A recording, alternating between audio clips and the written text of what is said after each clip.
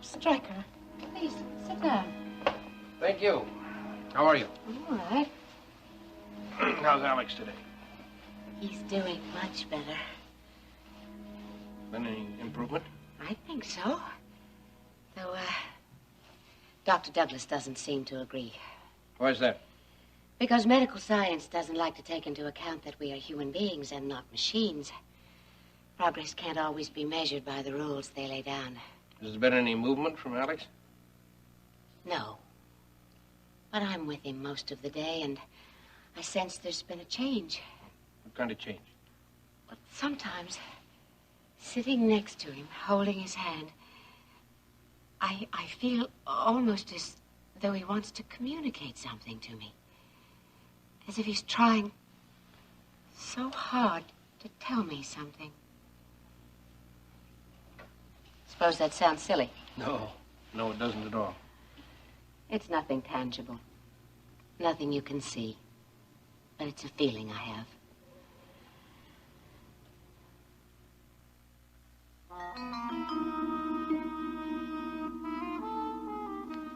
How do the police figure Joe killed this Bernie Stokes? Because he admitted it to Elena when he held her captive on the boat. I have something to tell you, Paige. What? Joe knew Chris. What? I sent him to Chris.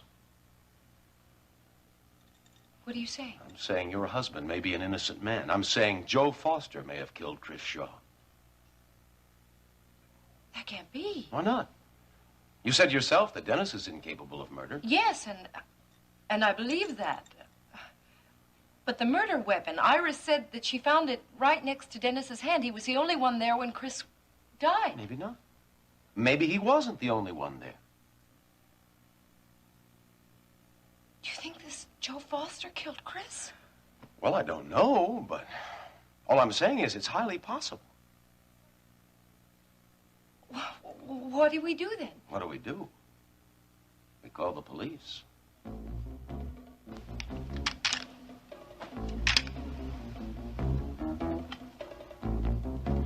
What in God's name are you doing, Barrett? I'm defending the honor of my home and family. No jury in the world will convict me for killing you, not after what you've done to me. You're not going to kill me, Barrett. Oh, yes, I am. Now back into your office, slowly. Move! Oh. There. Stryker, you, said on the phone that you were on your way from the, DA's office. Yes, I did. Well, is something wrong? Well, not really. Did you talk to Paige? Yes. And didn't she corroborate Vivian's and my story for Yeah. Detective Donovan? Yes, she did. And? Oh, I'm, afraid that, it's not enough. I mean, the district attorney still doesn't believe me? No, he believes you, but it's, not enough to, reduce the charges against Dennis. But, Stryker, you said that... I know what I said. I thought it would sway the DA, and I didn't make any promises. It was all for nothing. No, I wouldn't say that. We still have a valuable bit of evidence that may help us. Well, what do we do now, Stryker? We have to do something. Well, I'm afraid we can't do nothing but wait. Wait? Don't worry, Mrs. Wheeler. Everything's going to be all right. Oh, I used to think so. But now everything has gone wrong. No, it hasn't. My husband is paralyzed from a stroke. My son is in jail. He refuses to talk to me. Iris, the DA's decision's not final. There's still hope. See that, Mrs. Wheeler? But, from what I gather, the DA believes that Dennis went to Chris Shaw's place with the intention of murdering him. Of course, he could change his mind. But you don't think so? I'm here in the living room, honey. What's the matter? I looked upstairs for you and I couldn't find you. I thought maybe... I told you that I'd tell you any time that I was leaving. I know, but... Have I ever broken a promise to you? No. Okay, calm down. Where have you been? Across the street at John Love's. How's the motorbike running? Real smooth. And it's not noisy either. Are you hungry? No. Where's Aunt Vicky and Uncle Stryker? They should be home soon. John Love told me something. Oh, yeah? What did John Love tell you? He told me that his parents are divorced. Oh. He lives with his dad. That woman's his stepmother. Her name is Mrs. Allen. Don't call her that woman. I'm sorry. I didn't mean to be rude. What else did John Love tell you? Well, that's about it. Is he unhappy about the divorce? No. It happened 4 years ago, so he's used to it.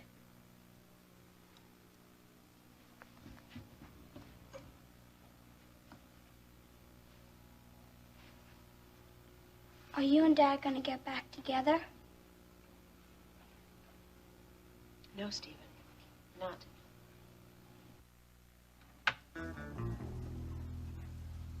Can't believe that nonsense about the unwritten law, Barrett. You kill me and you're going to spend the rest of your life in prison. No, I won't, Ryan. I won't even be arrested. You're talking about cold-blooded murder, No, Barrett. I'm talking about self-defense. The right to protect what's mine. You can't just waltz in and take my wife and son away from me. You can't commit adultery with my wife and not be punished for Ginny it. and I never committed adultery, Barrett. I was alive.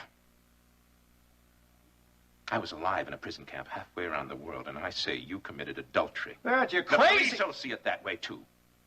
As soon as I kill you, I'm going to the police and tell them what happened. I'll tell them how you tried to destroy my family, my life. And I had to defend myself. There's nothing else I could do. They'll understand that. And then Ginny and I can go back to the ranch. If you think Ginny's going back to you, Barrett, you really are crazy. She'll come back to me. And she'll stand by me the way a wife should. And if she doesn't, what then? What have you gained, Barrett? She will. I know you love Ginny, Barrett. But you just can't make her happy. She can't live with you anymore. That's why she left you. It's not because of me. Face it. Face the facts and get help for yourself. I'm not sick. You know you are. You're going through hell right now, one you're making for yourself. Now, don't do something that's going to force you into another kind of hell. I don't have to stand here and listen to this. No, you don't. But what's a couple of more minutes when you have the gun, right? You spent 5 years in a Cambodian hell. Now, if you kill me, you're going to spend the next 30 years of your life locked up in a small cell, surrounded by guards giving you orders. Shut up, Connor. It won't be like that. It's going to be worse. You survived in Cambodia because you always had the hope that you'd get out of there. That's what you lived for. That's what you held on to. Now, if you kill me, you're facing 30 years in hell without hope. See me dead worth that, Barrett? Before I go, Iris, Yes? I wanted to ask you about that meeting you set up with Paige Carrington. What about it? Well, I'm surprised you pull a stunt like that. It wasn't a stunt. It was a serious attempt to set my son's life in order. Don't you think it's best to leave something like that up to Dennis? The divorce was his idea. I'm his lawyer, and that was the first I'd heard about it. Well, nevertheless, it's what Dennis wants. Well, did Dennis tell you to set up that meeting? No, he Well, then, didn't, don't but- you think that you should have stayed out of it? And I don't mean to come down hard on you at a time like this, but Dennis has enough troubles. I suppose I should have told you why I set up the meeting. Well, that's not the point. Granted, it put me in an awkward position, but lawyers are used to that. What concerns me is Paige and Dennis's marital problems. They should be left alone to work them out. I'm still his mother. Yes, and I can't tell you to stay out of their lives, but I can tell you to keep me out of it unless Dennis expressly asks. Do you understand that? Yes, I understand.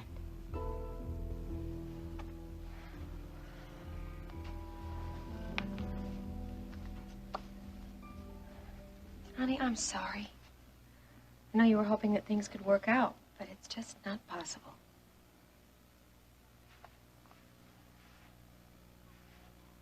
Dad said you didn't even try. Well, your father is having difficulty admitting that we even have problems. But we do. You've seen evidence of that yourself. All kids' parents fight. Even Rena and Max do. I'm not talking about just arguing or disagreeing. Your father and I just can't live with each other anymore. If we do, we'll lose all respect for each other, and I don't want that to happen. Your dad is a very honest, decent man. I'll always care for him. But the marriage is over. Did you argue a lot? More than I saw? Yes, we did.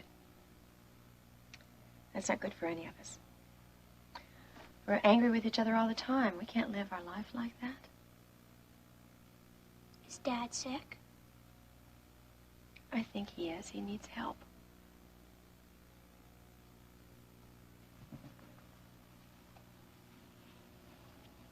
John Love told me he hasn't seen his mother in 4 years.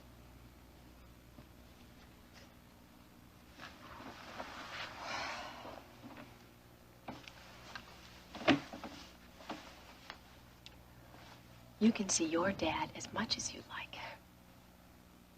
Can we live on the ranch? No, I can't live on the ranch. I have to be in town. The ranch is where your father lives. He grew up there. He belongs there. You can go out on weekends, though. It won't be the same. No, it won't be the same. Sometimes it'll be better. Other times it'll hurt. And I hope not for too long. Stephen, you have to remember something that's very important. Whatever differences that your father and I have had, we both still love you as much as always. That'll never change. I promise.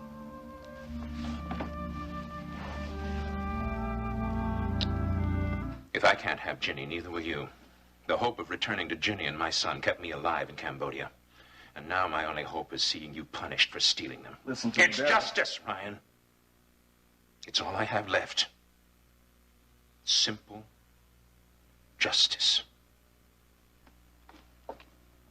Repent, therefore, of this thy wickedness. And pray God the thought of thy heart may be forgiven thee. Ryan! Barrett!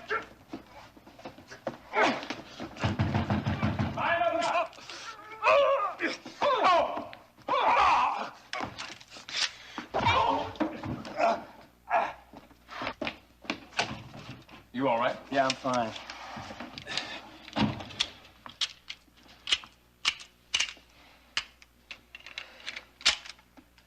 Get out of here, Barrett. I'll be back. You can be sure of that. I'll be back to kill you, and no one will blame me. Ginny will blame you. No, Ginny's dead. Jenny is not dead. I just spoke with her. Go to her, Ryan. I'll take care of Barrett. You be all right? Yes? Barrett has no reason to hurt me.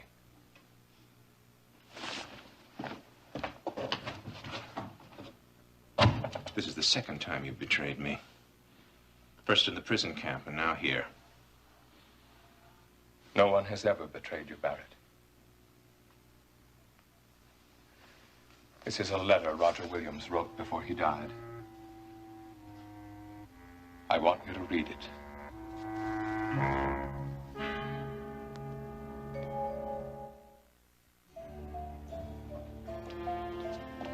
Mr. Bellman gone yet? He just left. I was going to suggest that you ask him to stay for supper. I did. But Mrs. Bellman is expecting him. He very kindly asked me to join them. Why didn't you go, Mrs. Wheeler?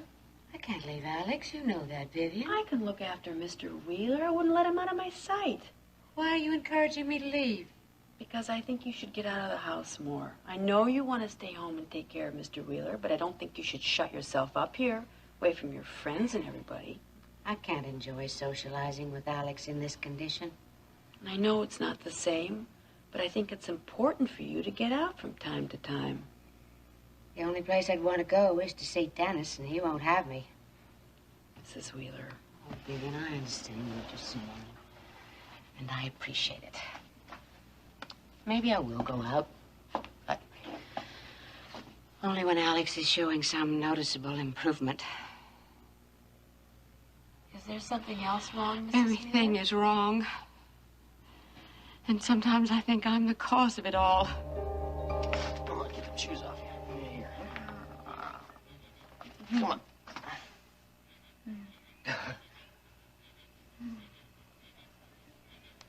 It is peaceful, ain't it, huh? How'd everything go over at the coop this afternoon? Everything went fine. Hey, that reminds me. I got a surprise for you. What kind of surprise? What is it? This is a royalty statement from Elena's record. I brought it over from the trailer just to prove to you that that money came from where I said it did. Now, go on, open it up. Come on. You didn't have to do that. No, I didn't. But you sure didn't sound like that the other night when you and Elena were jumping all over me about it. Billy Joe, it's only for $5,000. Well, honey, what'd you expect? It's only the first one. But this ring must have cost around $10,000, and you gave another $1,000 to Elena and Jeb. Honey, don't worry about it. Now, I already explained to you about that ring. I got it on credit. Will you stop worrying? Well, that means you owe the jeweler another $6,000. That's an awful lot of money for us to be in debt for. But that money is just the first installment on Elena's royalties. Now, I told you. I'm telling you again. I'm not overspending, and everything's going to be fine. It's all under control. I'm sorry I'm keeping on like this. It's just that... What with the baby coming and everything and all the expenses, we're going to have to be putting out... Don't worry. Now, the baby's going to be taken care of real well. Now, that's something else I'm worried about. What? Well, I'm afraid the baby's going to be taken care of too well.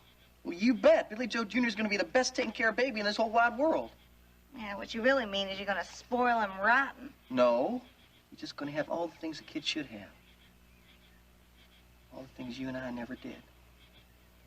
Good school, nice clothes. What? Well, there's a chance that Elena's going to be cutting another record real soon. That's great. When? Well, I'm not sure, but I'm going to fly out to Nashville tomorrow and check it all out. Now, of course, that means I'm going to have to leave you for a couple of days. But I think it's a real important step for Elena's career.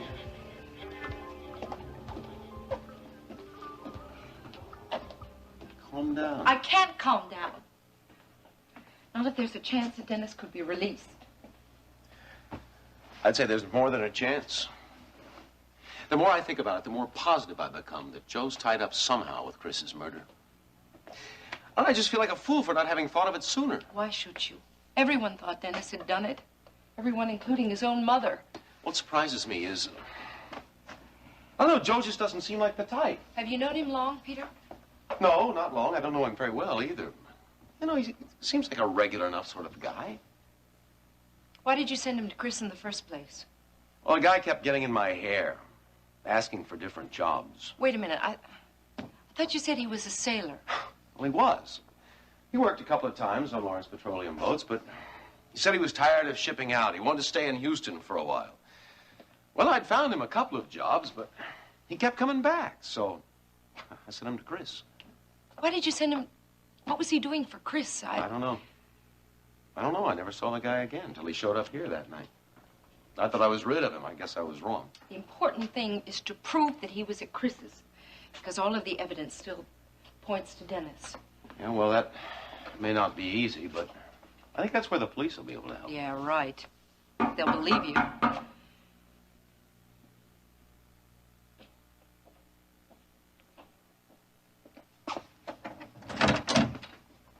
Peter Parnell? That's right. I'm Detective Don. Good morning. It's my partner, Frank Mendez. Hello. Well, Mrs. Carrington. We seem to meet in the strangest places. Now then, Mr. Parnell, what's this about you knowing Joe Foster?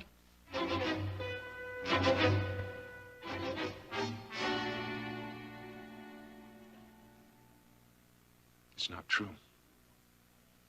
None of this is true. It is true. You blocked it out of your mind because it's too painful to remember. No. I did the same thing, Barrett. All of us erased parts of our memories so we could live with ourselves. I never meant to disturb your memories, but I had no choice. You have to face them now, and you have to deal with them. I'm not a traitor.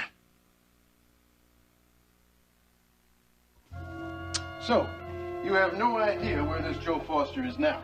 No, I don't. Look, there must be bars where sailors and people like that hang out. Detective Mendez and I have already checked those places out. Yeah. Nobody seems to recognize him. Well, what about some sort of organization for sailors? Yeah, it's the Maritime Union. We checked there, too. Nothing. You know, I may be able to help you out there, Detective Donovan. How's that? Well, I feel fairly certain that this Joe's going to try and get in touch with me again. And what makes you think that? Well, the guy seems desperate for money. Oh, he's desperate, all right. He wouldn't risk showing his face back here in Houston after what we've got on him. Do you think there's a chance that this Joe Foster killed Chris Shaw? Look, Mrs. Carrington, with all due respect, your husband has already confessed to murdering Chris Shaw. That confession is worthless, Detective. The only reason he gave it was to save me. Are you saying he was lying? That he wasn't in Shaw's office that night? He was drunk. He had no idea what was going on. By the time Iris got there, he'd passed out. Unfortunately, we only have his word for that. Besides, the case is out of my hands anyway. It's up to the DA to decide. Wait a minute. This Joe Foster is a suspect now, isn't he? The case involving Foster is only concerned with the killing of Bernie Stokes. And that is all. But he could be involved in other things. Maybe. But right now, my job is to catch him. And with your help, Mr. Parnell, I think I can do it. I told Beth not to wake you. I wasn't sleeping. I was sitting with Steve. How is he? I told him I was divorcing Barrett. Does he understand? Part of him does. He realizes that Barrett is unstable and he's been very difficult to live with, but the other part of him thinks or keeps hoping by some magic that we'll work things out and get back together again. But he knows that's not possible, right? Yes. I reassured him that he will still have the same relationship with his father, and he seemed to accept that. But then when I just went upstairs to check on him, he fell to pieces. Well, maybe you ought to go see him again, huh? Sleeping now. I left the door open so I could hear him. Oh, Ryan. Can't help but feeling so guilty for his pain. Now, Ginny. I know I shouldn't.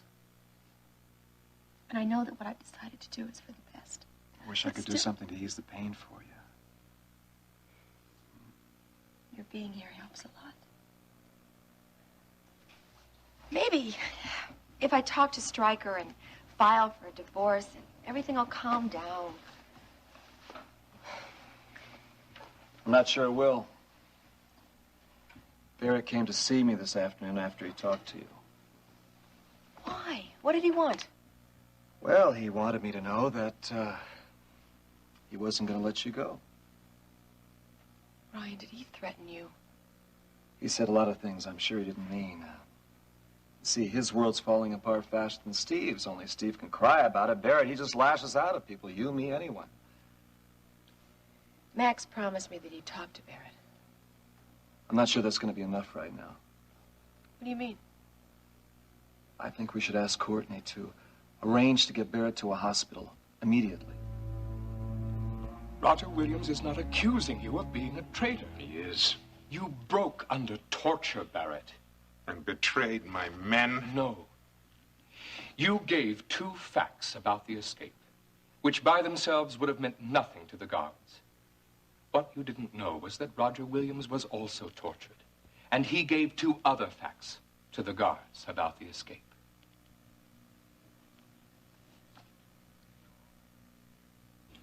So all my men were killed.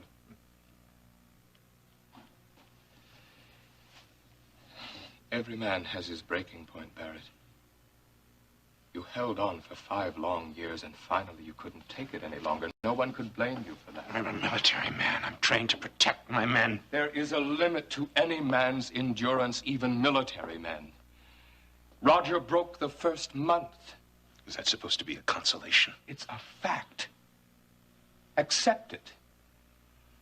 And accept the fact that you're human. And weak. You were strong for 5 long years. And in one moment of weakness, as I gave up my men to certain death. You were barely conscious. The guards had their rifles trained on Roger Williams. They would have killed you both. But my men would have been spared. No, they wouldn't. Every man in that camp would have been shot one by one. The escape just gave the guards a pretext to shoot everyone. They could have stopped the escape by telling they knew the plan, but they allowed it to happen, and they fired away. It's all there in the letter. Read it again. No. I read enough. You have to face up to this, Barrett. You cannot hide from the truth any longer. Steve was so proud of me. He wanted to grow up like me and win a medal. He's still proud of you. How will he ever be able to face the fact his father's a traitor? But his father is not a traitor. He's just human. Yeah, well, that's the way it'll seem to him. When he learns the truth. He'll be hurt. And ashamed of me. Barrett, I'll make a deal with you.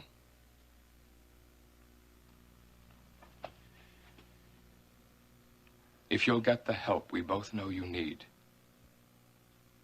I'll keep the letter a secret.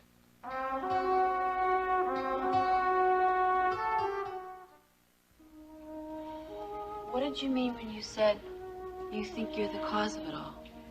Things would have been much better for Dennis if I had encouraged him to go to the police right away, the way he wanted. Instead, I made him look like a fugitive. But you weren't sure he murdered Mr. Shaw. That's just the point. I was sure. I was sure the moment I saw that paperweight in Dennis's hand. Mrs. Wheeler. I don't blame you for looking at me like that, but, Vivian, all I could think of was protecting my son. I thought somehow, some way, I could prevent anyone from finding out. But I was wrong. I've been wrong about so many things. You were just trying to protect Dennis. There's nothing wrong with that. Oh, apparently there is. Alex thought so. Elliot thought so. My son refuses to see me anymore, and now Stryker. Is that what you and Mr. Bellman were talking about? Yes. Well, what did Mr. Bellman have to say to you? He was angry at me for something I did. What? I arranged a meeting between him and Paige to try and facilitate Dennis's divorce. Mrs. Wheeler. See? See?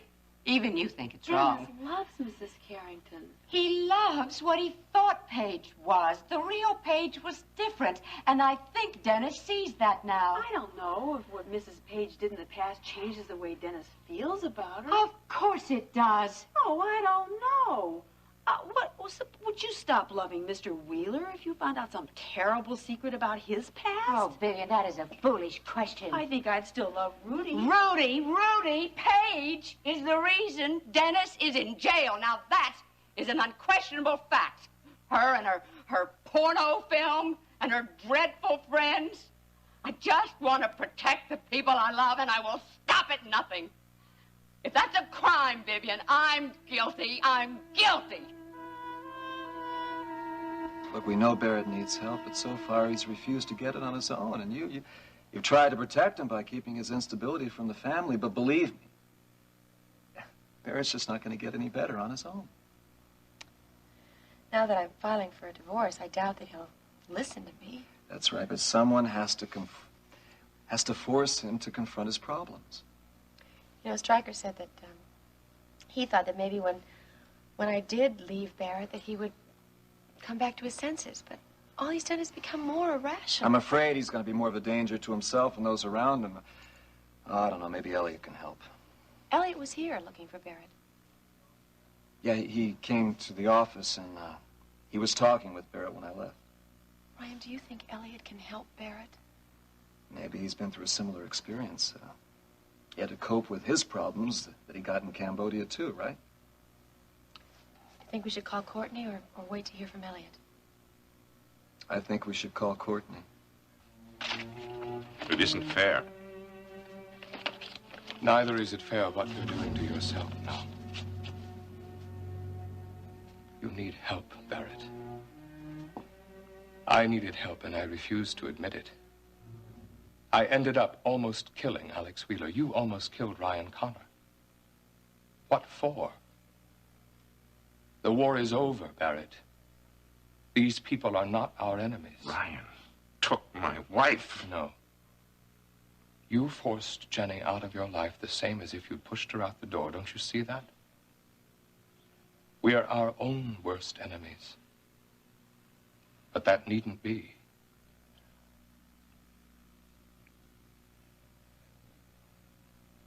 I owe you an apology for accusing you of being a traitor.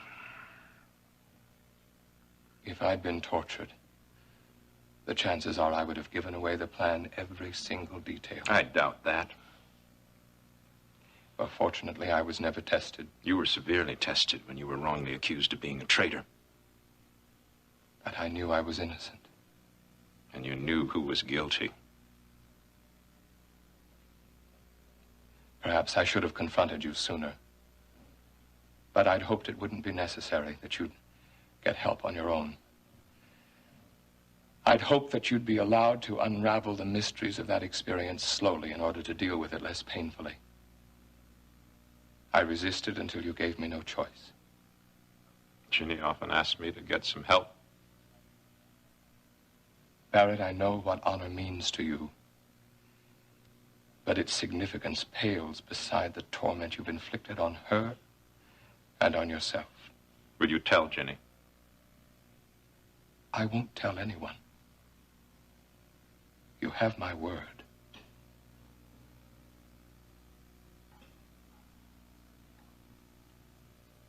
All right. I agree.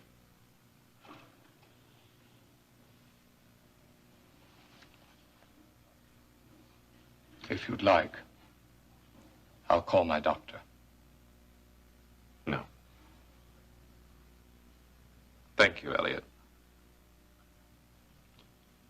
I know what I have to do.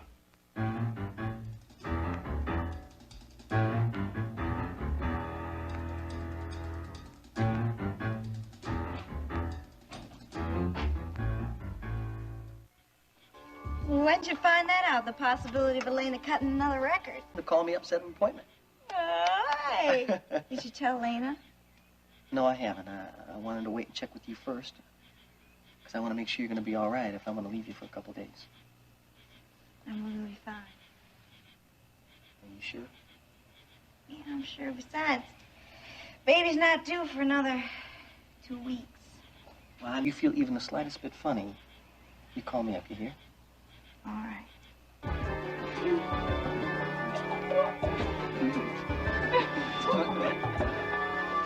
I'll be in touch. Fine. If I'm not here, always let the hotel switchboard know where I can be reached. Good. Thank you.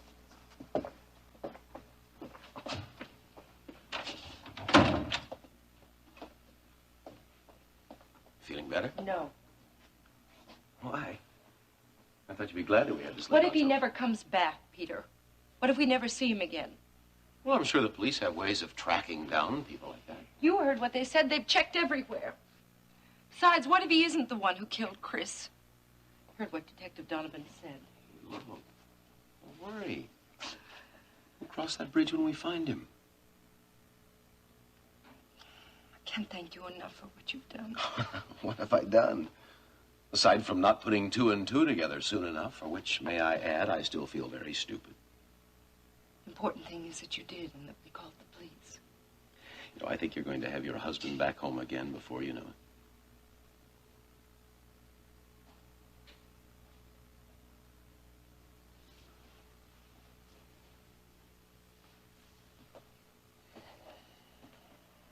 Yeah, and what then? Then you live happily ever after, just like in the books. You must not read the same books. The books I've read, the women who've done what I've done always end up losing everything. I don't think making a pornographic film is such a terrible thing.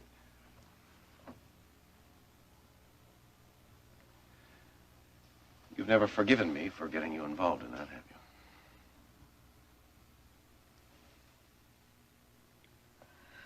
Both made mistakes. Mine seemed to have cost me a little more, that's all. I'm going to make it up to you, Paige. You'll see. Now, how about that dinner we were talking about? No, sadly, I'm not very hungry. Fine. We'll wait till later. No, really. Sorry, Peter. you some other time.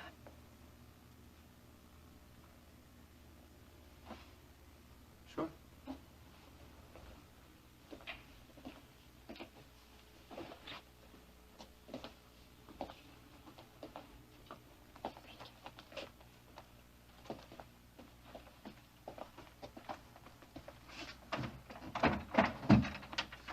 You'll call me the minute that you hear from Joe Foster again, won't you? I will. Thank you again, Peter, for calling the police and taking care of everything. Goodbye.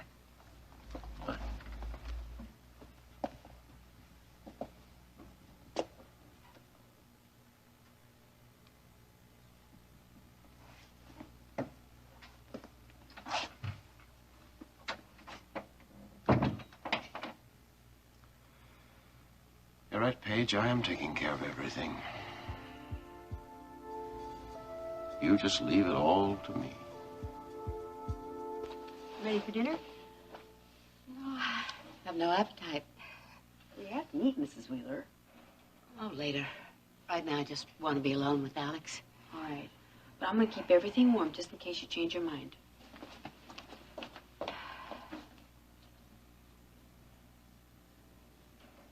Alex. If only you could talk to me now. You'll never know how much I need to hear your voice, telling me everything will be all right. Alex, listen to me. You can't leave me alone like this. I'm miserable. Can't you see that? I used to think I was so strong. But obviously I'm not, because I'm not able to help you. I need you, Alex. You have to come back to me somehow. You have to let me know that you understand.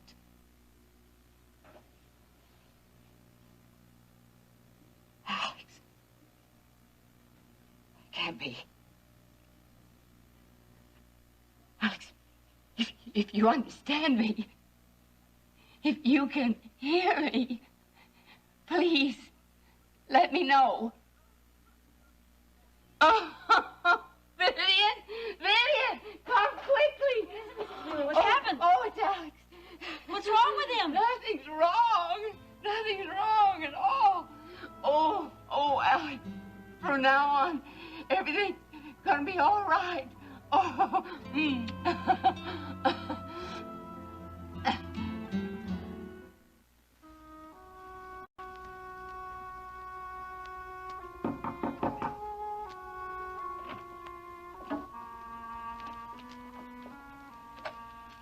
I thought I heard your car come up the drive. Hello, Grandma. Max told me what happened. I've lost Ginny. I've lost Steve. I have a medal which means nothing. I may as well have died in that prison camp. Barry, you're wrong. No. Barry. Grandma, if you don't mind, I'd like to be alone for a minute now.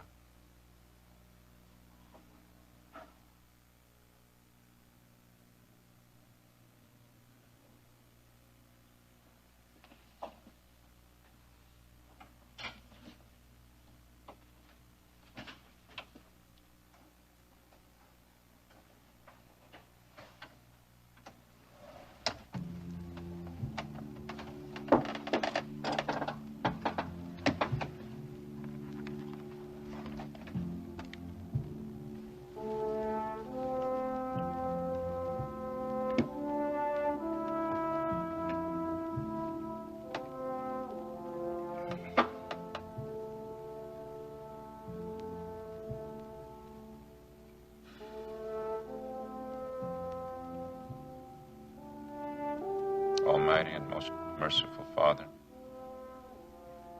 we have erred and strayed from thy ways like lost sheep. We have followed too much the devices and desires of our own hearts. We have offended against thy holy laws.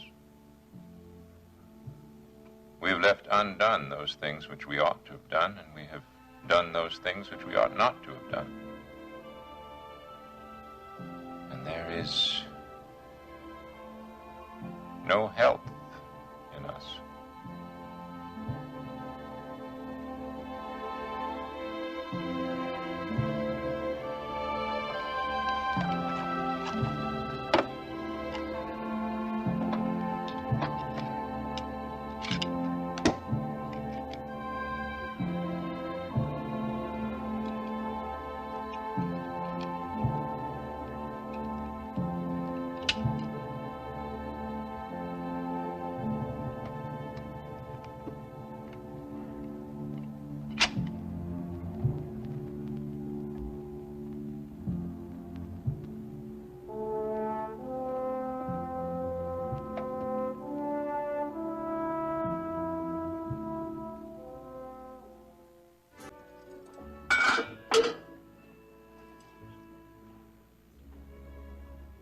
Honey? Do you have any money in the house?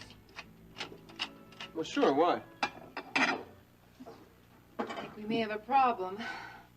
If my chili and enchiladas don't turn out all right, you're going to have to go down to Burley's barbecue and get something for supper. Your supper will be just fine, honey. I hope so. Will you stop worrying?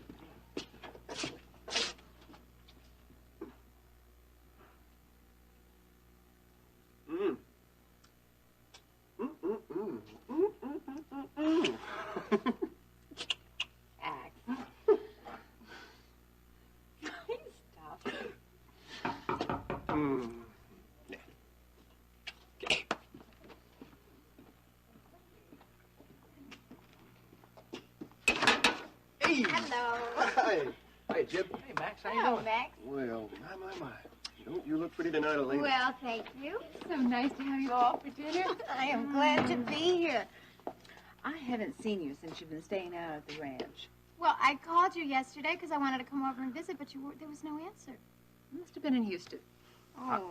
I guess you've been pretty busy with Jenny, huh? Yes. You don't have to worry about your sister, Jeb. She's going to be just fine now. I know, thanks. I think she's going to be okay.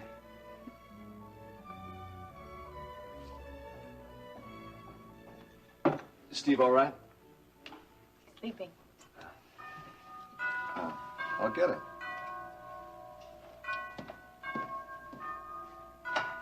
Elliot, come on in. Elliot, did you talk with Barrett? Yes, I did. How is he? Well, he's much calmer now. Though I do think Ryan was a very lucky man. Now, where's Barrett now? What do you mean, Ryan was a lucky man? You didn't tell her? No, it wasn't necessary. Ryan, I think it's necessary that Jenny know the state Barrett was in when he came to your office. What are you talking about? Ryan? Barrett threatened to kill me this afternoon. He had a gun with him. Why didn't you tell me? It's all right, Jenny. It's over now. I'm okay. Barrett's gone mad. Barrett confronted some truths this afternoon, Jenny. For the first time in a long time, he seems to be willing to face reality. Suppose he can't deal with it. Well, I think he can. If we say that we have no sin, we deceive ourselves, and the truth is not in us. But if we confess our sins, God is faithful and just to forgive us our sins and to cleanse us from all unrighteousness. Song of yours all the time on the radio. It's great. Thank you. Thank you. To tell you the truth, I think all this attention is just a little overwhelming for me. You better get used to compliments, honey. Well, it's not that I don't appreciate it when people tell me how much they like my song, but I didn't do it on my own, you know. I think my manager, Billy Joe Wright, deserves a lot of the credit. I think old Jeb here's due a piece of the credit, too. No. Oh, heck, I didn't do nothing. Look, No, you're right. If it wasn't Billy for Joe. Jeb writing me such a beautiful song in the first place, I never would have had a hit record. Speaking of hit records, when are you going to go back and sing at the Chicken Coop? Or aren't you doing that anymore? Oh, of course I want to do that. Rena, I got my start at the Coop. I love singing there. No more trips to New York? Whew. Well, according to Billy Joe, I'm going to be going to a lot more places than just New York. He has this idea that I'm going to tour the country and do a lot of one-night stands. Well, now, Billy Joe has kept most of his promises. I'm sure he's going to come through with this one, too. I just hope he manages to stay out of trouble, that's all. Supper's almost ready. I think I'll go help Rena. Hey, Max, did you see Barrett tonight? No, not tonight. He went into town this afternoon.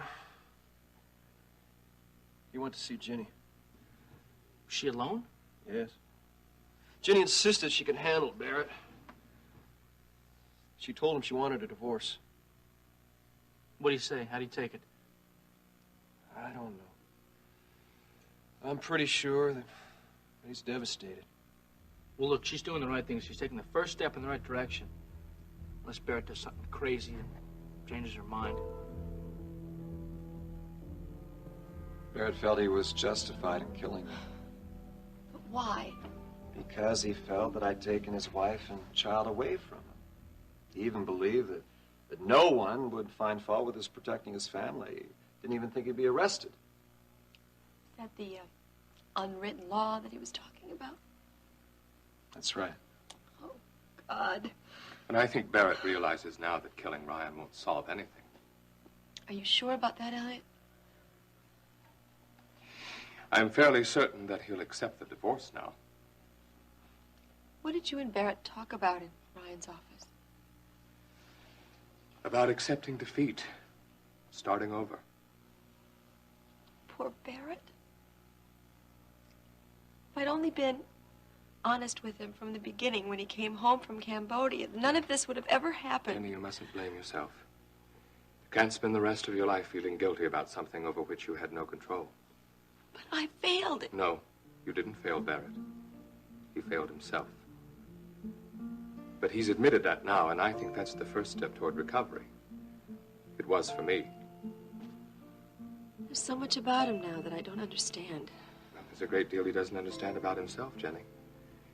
But he's willing to face that now and deal with it. Because I may be wrong. Suppose you are. Well, then he'll be in torment for the rest of his life.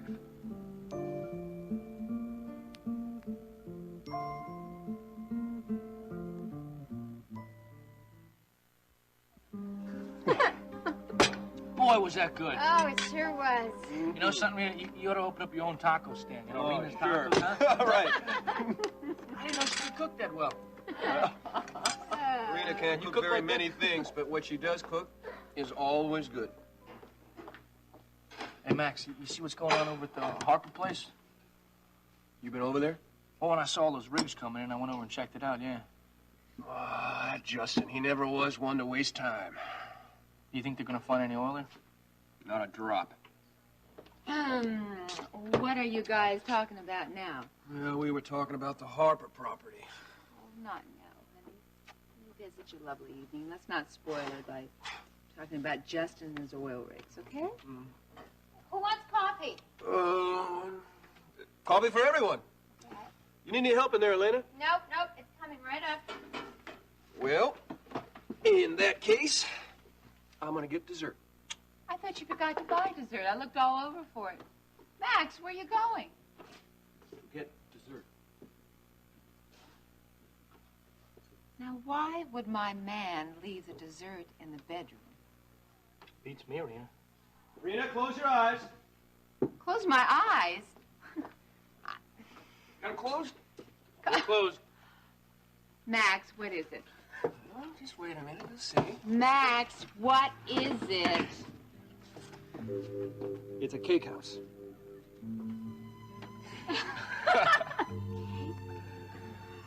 Or a house cake. We got 4 bedrooms, 2.5 baths, and the biggest patio in all of Texas. I called the architect this afternoon. I said, what kind of plans you got? He said, when you want to discuss plans, you just come on right into town. Just call first. Happy Wednesday, Rena Decker. Oh. Great.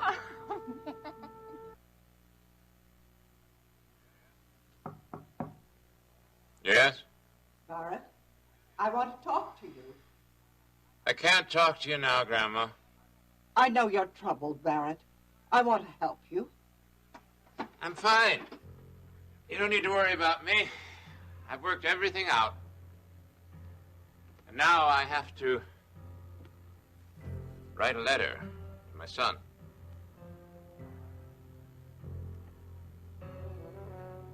We have a call into Courtney. Do you think she'll be able to talk her brother into getting medical help? Yeah, I think she can do that. What about Ryan? Do you think Barrett will try to harm him? No, I don't think that'll happen. He's already admitted that Ryan is not his enemy. That must be Courtney now. Beth must have answered in the kitchen. Did Barrett tell you where he was going? No. Maybe I should call the ranch and make sure that he arrived back there safely. Hello, Ryan. Elliot. Hi, Bill. I didn't know you were home. I came in the side entrance. The phone is for you, Ginny. It's Kate. Hello, Kate? Ginny, I'm sorry to bother you, but I felt I had to call you. What is it? Barrett came home a little while ago.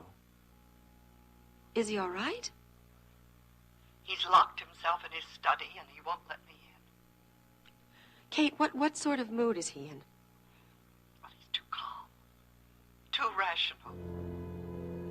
Ginny, could you come out to the ranch? I'll be with you. Okay, I'm on my way. I have to go to the ranch.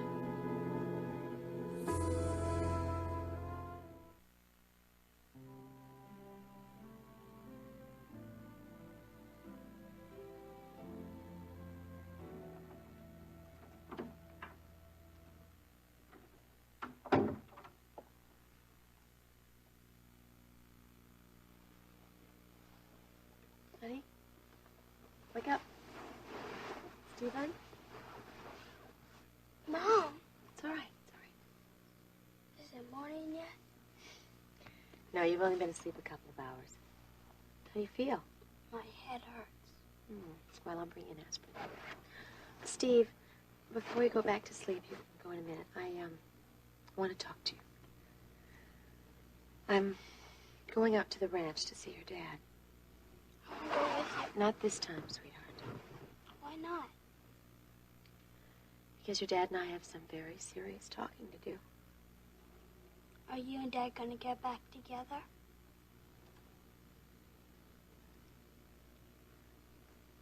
No, we're not.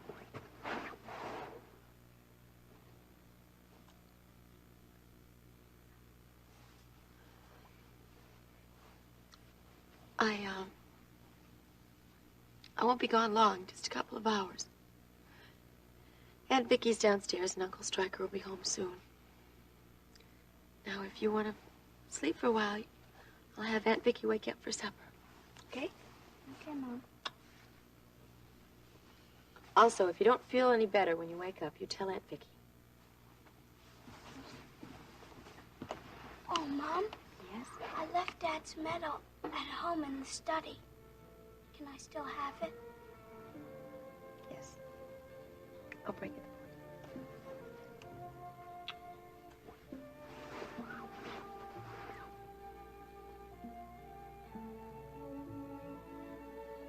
Elliot, how did you know that Barrett went to Ryan's office? I guessed. I gather from the state everyone's in, Barrett threatened Ryan. Elliot, if it seems as though I'm prying, I apologize for that, but I'm concerned about Ginny and Steve. They're living in my home, and I have a certain responsibility to them. I had a long talk with Barrett. He promised me that he would leave Ryan alone and not interfere in Jenny's life anymore. Why would Barrett make a promise like that to you? Did the letter from Roger Williams have anything to do with Barrett's new attitude? I'm sorry, that was unfair. No, it isn't unfair. I did tell you about the letter. And you did tell me that you wanted to keep that letter secret because you didn't want anyone hurt by the information that was in it. Barrett was not a traitor, Vicky. I can assure you of that. That's all I wanted to hear. You and Barrett and I are the only ones that know about that letter. I want to keep it that way. Would anyone like to have more coffee or cake? Uh-uh. I can't eat another bite. Let me wrap some up so you can take it home. Okay. Max, I am so proud of you. I bet that is the biggest surprise that Rena has ever had in her life. Well, now when you come home from your world tours, you'll have a place to stay with your family. That would make me very happy, Max. You know, Rena and I are planning to drive into Houston one night to hear you sing. Wait a minute. You don't tell me what night you're coming. I'll be a nervous wreck. Okay. We'll surprise you. All right. I gotta feed the horses. We gotta get back. Let's do this again soon. I had such a good time. We did too. Thank you. You're welcome. Thanks a lot. Listen, thank you for sharing a surprise about the house with me. Bye-bye. Bye. Thank you. You take care. You too. Good night. Good night.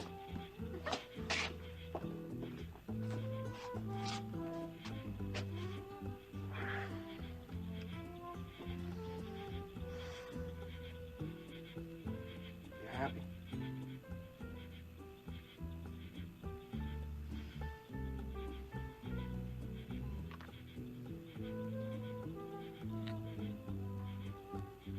I love you, Max.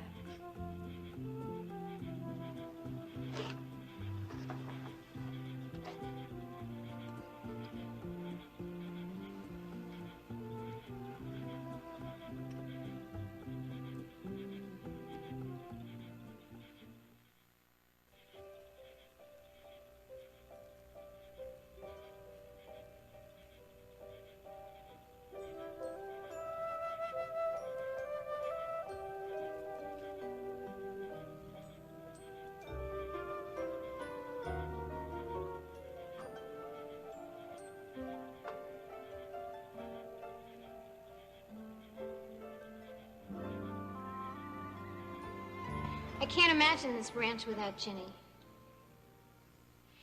Do you really think that it's over for Ginny and Barrett? Yes, it is, Elena. Well, I know that you think it's for the best, but I can't imagine this place without Steve romping around with the animals and Songbird. Who's going to ride Songbird if Ginny's not here? She'll be all right. Yeah, I guess, but it's still sad, don't you think? Yeah, it is. Well, I mean, it's sad any time that the two people who have been in love drift apart, don't you think? Yeah, it really is. But you know, Ginny loved Barrett in the beginning. Of course she did. They had Steve. See, a lot of stuff has happened since then, you know? I mean, Barrett going off to the war like that, getting captured in Cambodia, held prisoner like that for 5 years. Yeah, well, if it was anything like that time that I spent on that freighter, I think I understand what he's going through. It's been awful for him. Yeah, it must have. You know, it hasn't been easy for Ginny either. I mean, you know, thinking that he was dead and fall in love with Ryan. I mean, I can't blame her. No, I don't blame her either. I just think it's sad, that's all. Yeah, it is.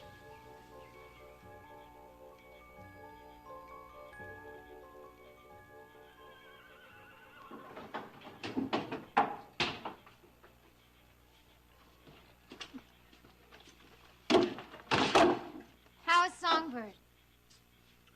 All right. She was limping earlier today, but she's gonna be all right. Do you come and check on the horses every night? Yes, ma'am. Just about.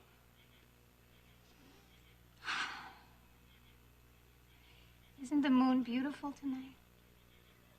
It's so clear. Yep. Boy, you should have seen it before sunset. It was like this big red ball of fire, you know? It was like it was gonna explode.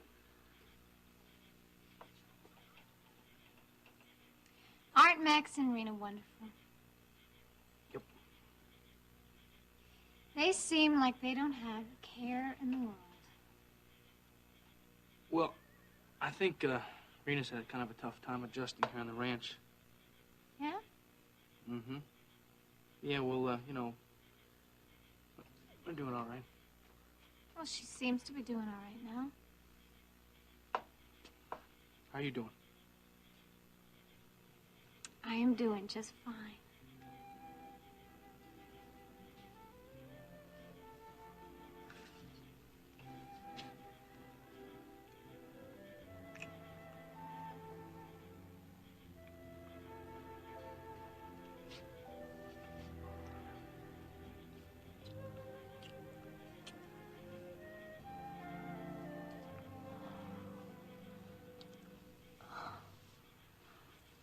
Oh, Jeb, I love you.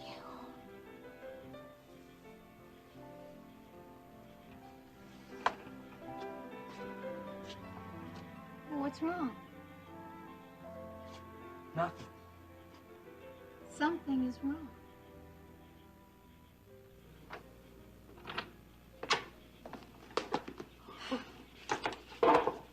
Are you all right? Yes, I'm fine. I know it'll be difficult for you, but I think you're the only one who can handle Barrett now. Well, I'll do the best I can, Kate. What did Barrett say to you? That he wanted to be alone. He said he wanted to write a letter to his son.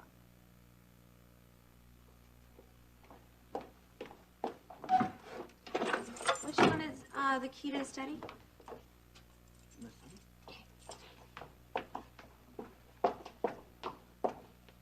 No, I hate putting Ginny through this. She's been through so much already. Kate, you know that Ginny still cares for Barrett, don't you? And in her own way, she's always going to care for him. I know that, Brian. She just can't live with him anymore. I wonder if he can live with himself. Well, we're all going to help him find a way. I promise. Please leave me alone, Grandma. Barrett, open the door. Barrett, if you don't, I'll unlock it myself. Ginny.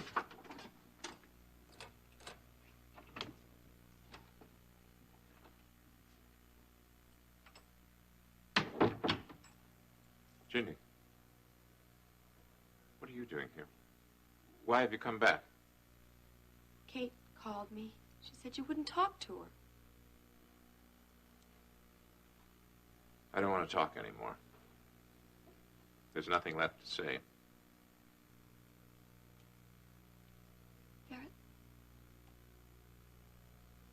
don't lock yourself up like this. Don't keep all that pain locked inside of you.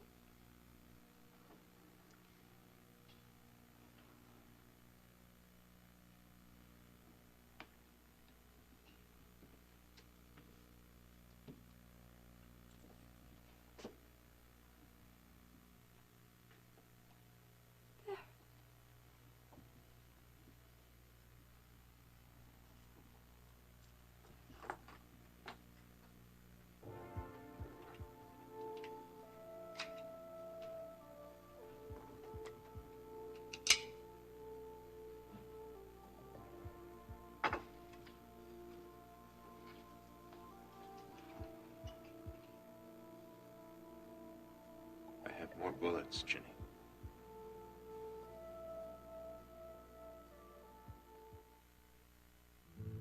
Elliot, have you seen Dennis today? Yes, I did. Oh, Vicky, I guess you should know. Dennis has asked Paige for a divorce. Oh. Because he feels it's best for Paige? Because he feels he'll never be free? Well, apparently he wants the divorce whether he's free or not. Oh, I don't believe he really means that, Elliot. He's so depressed. God, I just wish the DA would finish checking Iris's story. Well, Stryker is so optimistic the DA will reduce the charges. Still can't believe Dennis killed Chris Shaw. Whether in self-defense or in the heat of passion, I just don't think he's capable of doing it. Come in, sweetheart. Oh, I'm sorry. I didn't know you had company. Oh, it's all right. Do you still have a headache? No, ma'am. Do you know Elliot Carrington, Steve? No, I don't. Hello, Steve. Hi. I'm very glad we got a chance finally to meet. We're related, you know. Elliot's son is married to your Aunt Paige. Oh, sure, Dennis. I like him a lot. He's a real neat guy. Thank you, Steve. I must say, I think he's pretty neat myself. Well, I really should be going. I don't want to hold up your dinner. Stryker's holding up our dinner. If he's not home soon, we're going to eat without him. Goodbye, Steve. Bye. Goodbye, Vicky. Bye, Elliot. If you need anything, don't hesitate to call me. Thank you, I will. Bye. Good night. Well, Steve, are you too hungry to wait for Stryker for supper? No. I wonder why Mom isn't home yet. Well, she hasn't been gone that long, honey. She'll be home before your bedtime, I'm sure. I wish Mom and Dad would get back together again. I know, Steve. Sit down, sweetheart. You know, your mother didn't rush into this decision to leave your father. She thought about it for a long time. She tried very hard to make your dad happy. I know it hurts right now, sweetheart. But in the long run, you and your mom and your dad will be happier this way. Well, is it me, Jeff? Have I done something? No, of course not. Well, then what is it? It's nothing, Elena. Well, Jeb, don't say that it's nothing. It isn't nothing. I mean, every time that we kiss, you pull away from me and you stop. Elena, It's making me feel like, I don't know, like I'm not enough for you. Like I've done something. no, hey, come on. No, I don't want you to feel that. You haven't done anything. No, it's not that. It's not wrong. Jeb, please. Please tell me what it is that's bothering you. Nothing's bothering me. It's Jeb, nothing. don't say that. Look at me, Jeff.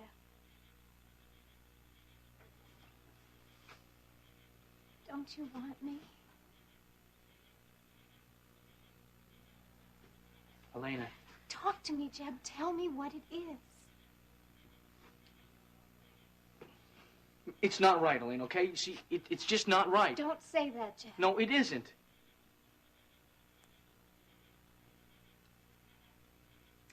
Is it because I've never been with another guy before? Is that so terrible? No, hey, listen to me. That's not terrible. That's good. That's real good. You see, the thing is, I feel kind of funny about it, you know? You didn't feel funny with Courtney. Yeah, but Courtney wasn't. Courtney and I were going to get married, see? That does not matter. Yeah, it does. It does matter. Jeff. I want you. I want you so much. Elena, I want you too. See, the thing is, though, first time, it's a big deal. It's got to mean something. But it will, Jeff.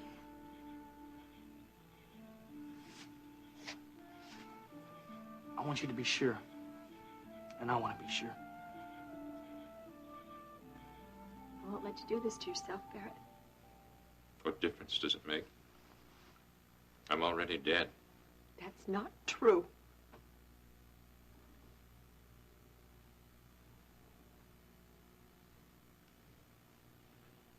I promised Steve I'd bring this back for him. It's worthless. Just like my life is worthless. I don't want to hear that kind of talk, Barry. I face a good many unpleasant truths tonight. And this is the answer you've come to? To kill yourself? Leave me alone, Jenny. Do you know what this will do to your son? Same thing that your father's suicide did to his children. Is that what you want? Jenny. Is that what you're going to leave him with? Do you want him to feel guilty the rest of his life because he wasn't able to make you happy? He had nothing to do with it. He doesn't know that. When he's older, he'll understand. No, he'll never understand. He blames himself for our separation now. And he'll blame himself for your death. Barrett, I know the pain that you're suffering. But don't inflict that pain on Stephen. He's had enough pain already because he's torn. He has to choose between us. I'm sorry that I put him in the position of having to choose. In time, he'll be able to deal with that. But this, there's no way he will ever be able to deal with this. Jenny, I don't want to live anymore. Barrett, if you destroy yourself, you'll destroy our son. Is that what you want?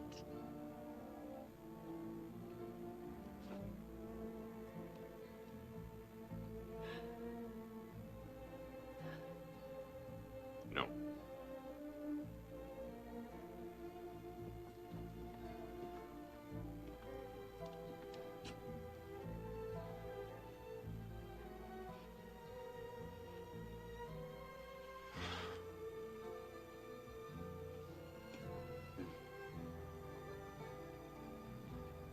Barry, there are people who can help you.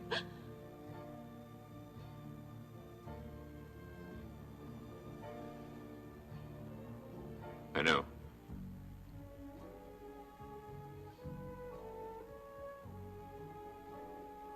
And I will get help.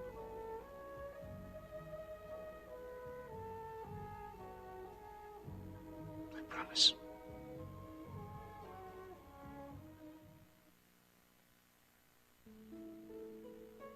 Darling, what made you decide to move here? Lots of things. Like what? Mostly like wanting to make you happy. You've always wanted to make me happy. Yes. But I was scared. Scared of what? Scared of the future. Oh. Well, I was afraid that our marriage wasn't going to work out. Scared that the cattle were going to die off, all sorts of stupid things. Then I thought of Ginny and Barrett, and I decided that it was stupid to wait until everything was safe and secure. Baby, I'm so happy to hear you say that. I'll find a way to pay the mortgage somehow. And I'll just stop worrying about all those things that don't really matter.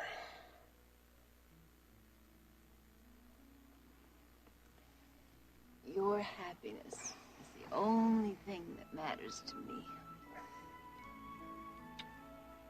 You know, I'm really looking forward to building our house. I'm gonna make sure it's built right. I'm gonna make that house, I'm gonna build it so it lasts for generations.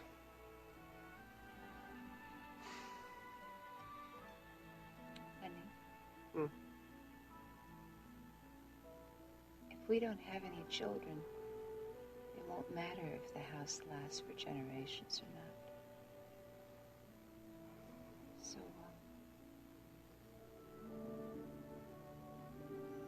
maybe we should think about having a family.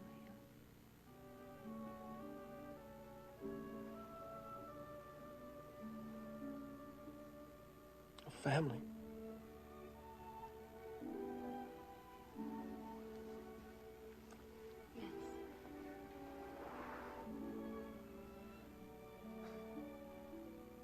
But you never wanted to talk about that before.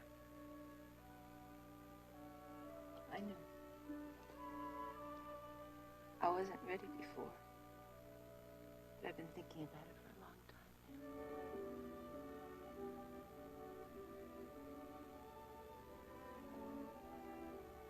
How would you like to be a daddy?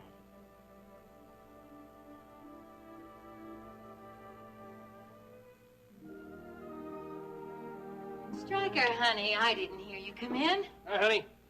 My, you do look lovely. Well, thank you. I hope you haven't had dinner yet. No, we waited for you. Thank you. Howdy, cowboy. How you doing? Okay. I hear John Love got a new motorbike today. Yeah. You ride it? Mm-hmm. You like it? Yeah, it's a lot of fun. Well, maybe we'll get you one, huh? Stryker. Well, I'll talk to your mother first. Where is Ginny? She went out to the ranch to talk to Barrett. Mom says they might not get back together again.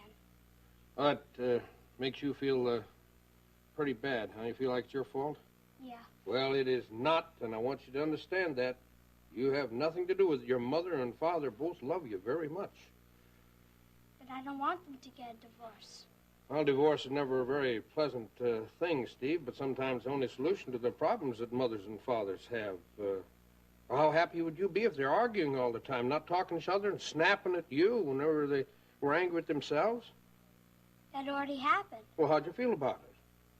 I didn't like it. It scared me. Well, what do you say that we give it a chance, huh? Give your mother and father a chance to become friends again. Then everybody can become happy, huh? We talked calmly and rationally, and Barrett promised that he would get help. He's going to call Courtney in the morning and check into Gulf Coast Hospital. Well, I think you should check in tonight. I think he might want a last night on the ranch. I think he's entitled to that. I don't want to stay away too long. I don't want to leave Steve alone any longer. Okay. Can we tell Barrett goodbye? No, I already told Barrett goodbye. He's upstairs resting. But I want to go back and get his Distinguished Service Medal. I promised Steve I'd bring it back to him.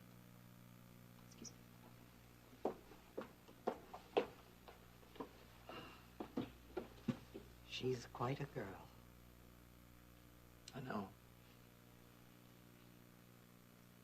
You will take good care of her, won't you? Oh, I sure will. Don't have to worry about that at all. And Steve, you will look after him as well. Of course I will. I'm going to take very good care of both of them. What about you? You going to be all right? Oh, yes.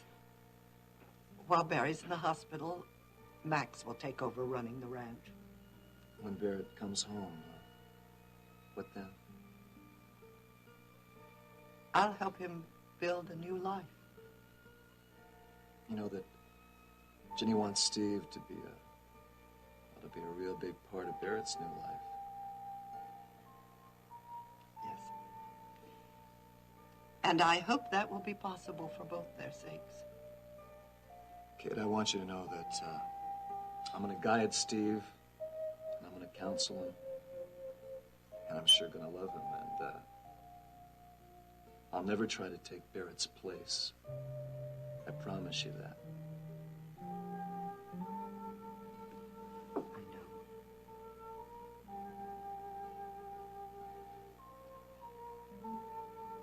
How long do you think Barrett will be in the hospital?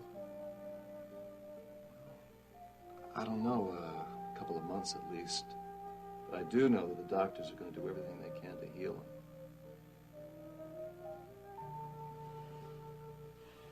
and the Lord will do the rest.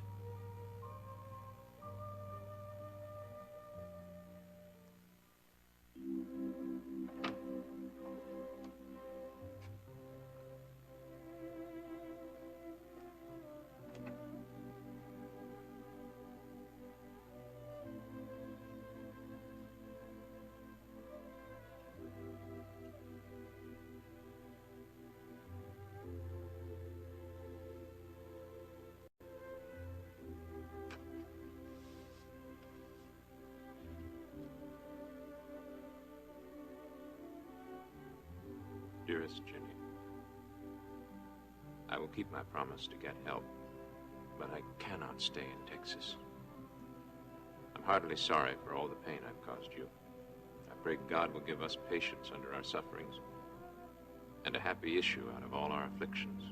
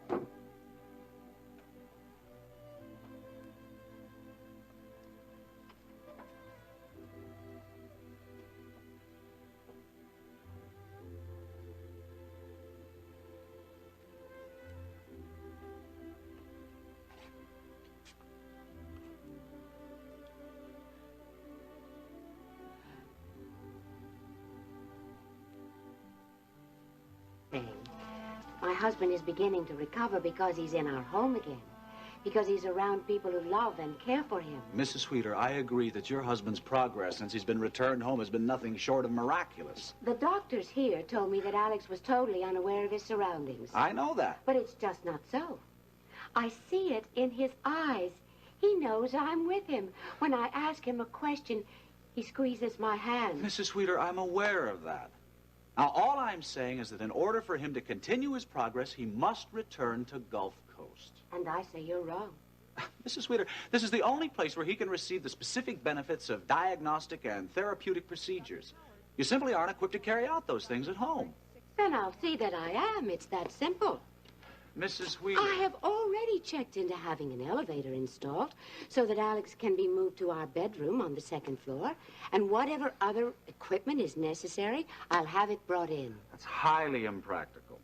That's your opinion, Doctor. It was also your opinion that my husband would never recover from his stroke. I said there was a chance. Just as there's a chance now that he won't continue to improve unless he's readmitted to this hospital. I'm sorry, Doctor.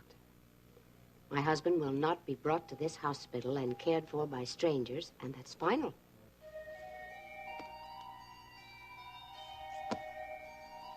Yeah, then I'll hold you for a day or so till I get back, huh?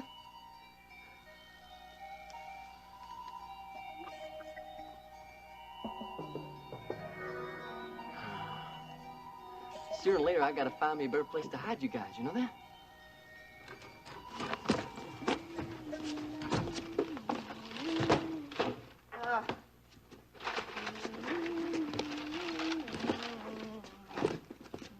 Hey, how you doing, hon? Did you find out, what, did you get it? I sure did. Well, good. I still don't understand why you had to have this one special kind of sausage all of a sudden. Oh, honey, you know, it's something new. I saw it on TV the other day, and I thought to myself, let's give that a try instead of the same old stuff, you know? It's supposed to taste real good. Mm-hmm. I thought I was the one that was supposed to be having cravings now. Well, I guess I'm just getting them, sympathetic vibration that daddies give every once in a while, you know, huh? I guess so. Besides, I think it might be a good idea, you know, if I had a nice big breakfast to start off the day before I leave for Nashville, huh? Yeah. I'm checking to see what flights you got going to Nashville, Tennessee. From Houston. That's the only one? What about the other airlines? And that's the only flight going to Nashville. I see. What time's the leave this morning? Is it scheduled to leave on time? Good. No, I don't don't need a reservation. I'm just checking for a friend. Right. Thank you.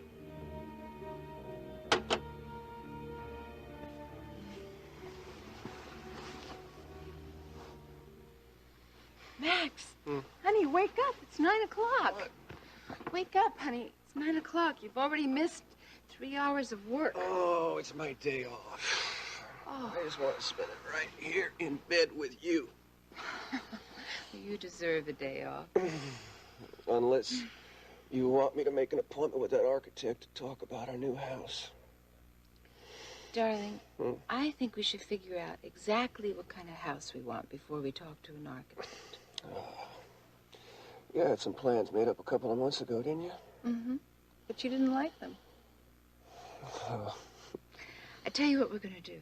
We're going to make up our own plans. Oh, honey. Whatever you want is fine with me. I just want to make you happy. I've never been happier in my life, Max.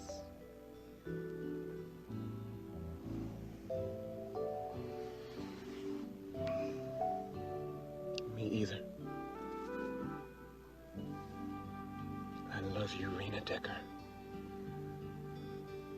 I love you, Max.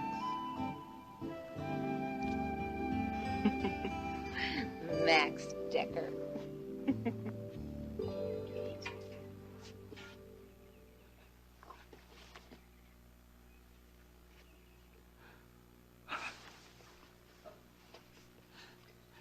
Barrett called me this morning. He's on his way to Colorado. A doctor that he knew in the Army is practicing out there. Oh, that is good news. Oh, Jenny, I think it will be the best thing for him. I was just reading his letter to me. And suddenly I felt so alone.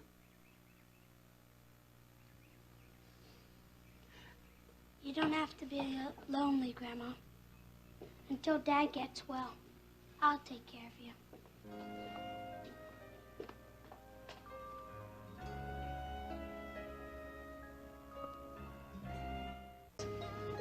Rick, you sound a little mysterious on the phone earlier.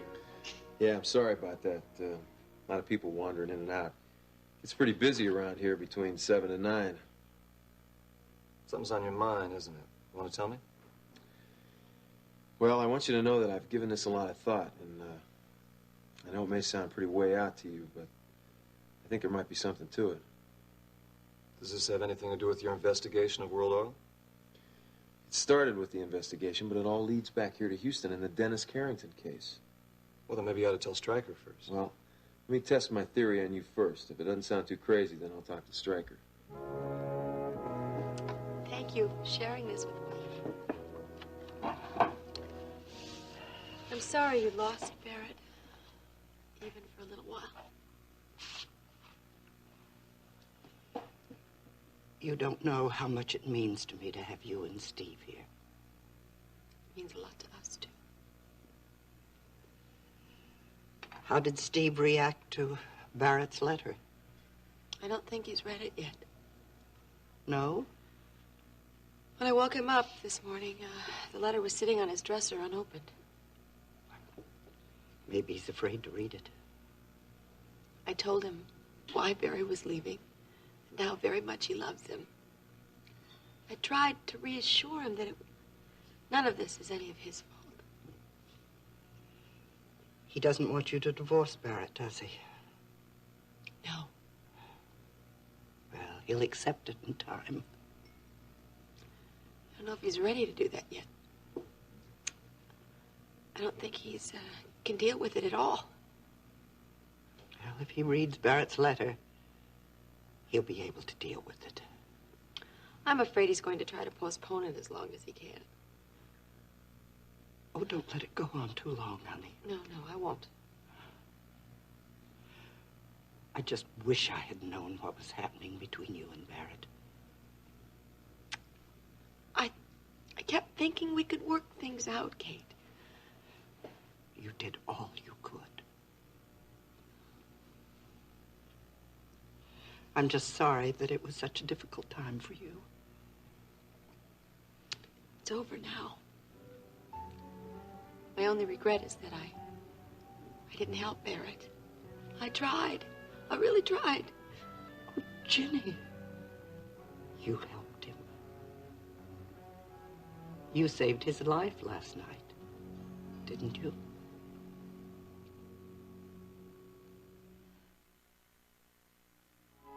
Nita, are you sure you're gonna be all right while I'm gone, even though it's just for a day, huh? I'm gonna be fine. Well, I talked to Elena, and she's gonna keep an eye on you. Elena is out at the ranch now. You shouldn't be bothering her with taking care of me. I know that, but she don't mind. And like I said before, now you got my number at the hotel in Nashville. Yeah. If you start to feel even a little bit strange or funny, you give me a call, all right? And I'll be on the next flight out. The baby's still not due for another 2 weeks. Besides, the first babies are usually late. Well, just the same, I told Elena to call you every hour or so. Now, that's a long-distance phone call from the ranch. That's going to cost a fortune. I know that, but I'm not going to leave you any other way, even if it's just for one day.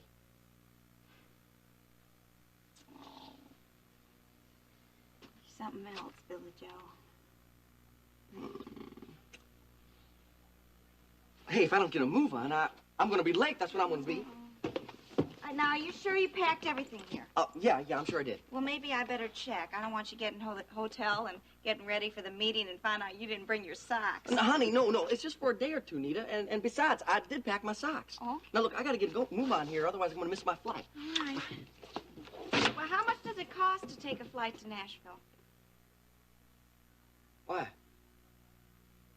I was wondering. Honey, will you quit worrying about money? Now, I got to go. Wait a minute. I almost forgot. I'm going to have a little surprise waiting for you when you get back. Well, boy, you're just filled with surprises, aren't you? Now, what kind of surprise is it? Well, it's just a surprise. It's something for you to look forward to when you get back home. I don't need nobody to look forward to but you, darling. Now, don't you worry about that money either. We're going to have plenty. Like I showed you that statement yesterday, that's just the start. Bye. All right.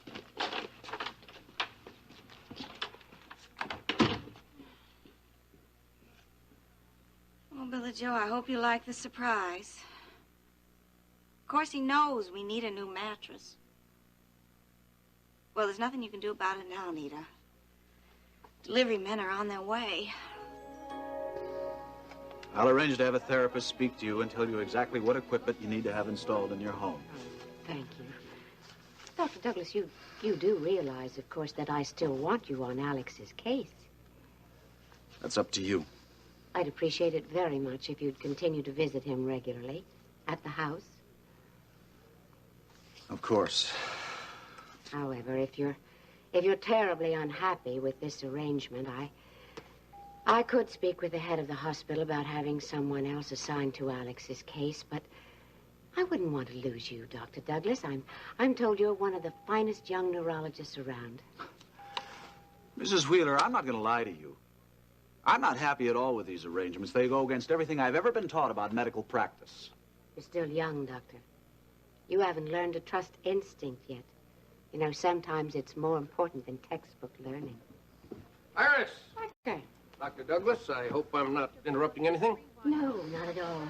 The doctor and I have just finished conferring about Alex. I'm sure happy to hear Alex is doing better. Hope you can stop by the house later today and see him. I certainly will. First, I have some business to attend to. Here at the hospital? Yes, Ryan asked me to speak to Ricky Decker. You knew he was here in the hospital recovering from a gunshot wound, didn't you? Yes, I read about it in the papers. Well, Ryan thinks that Ricky might know something that affect Dennis's case. Dennis? Oh, what could Ricky possibly know about Dennis's case? Well, before Alex had his stroke, he set Ricky on an assignment to investigate something from World Oil. That's all I know. Perhaps you would like to go with me and find out what this is all about? Oh, indeed I would. Excuse us, Dr. Douglas? Oh, certainly. I'll be in touch with you. Thank you, Doctor.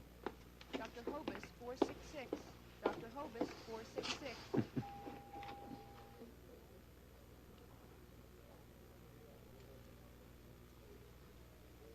Dr. Douglas? Yes. If you've got a minute, I'd like to talk to you about Alex Wheeler. Barrett was so despondent last night. I was afraid he'd destroy himself. That's why I asked you to come out to the ranch. Barrett faced a lot of painful truths last night. He decided to start a new life. Start over again. That's all that matters, isn't it? Yes. That's what matters. Oh, thank you. I remember when Barrett went off to Texas A&M for 4 years. And then his first assignment in Europe. And after that, his tour of duty in Southeast Asia. But I always knew he'd come back home eventually. I think he'll come home again. Ginny, I'm not so sure. I have a feeling... Kate, he has a son. When he gets well, he'll come back again.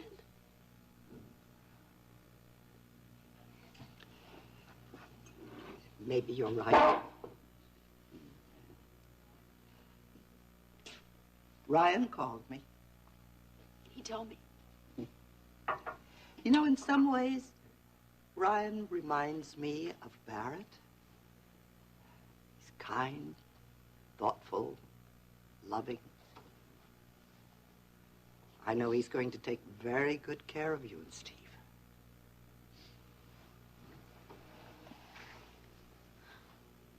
I didn't leave Barrett for Ryan.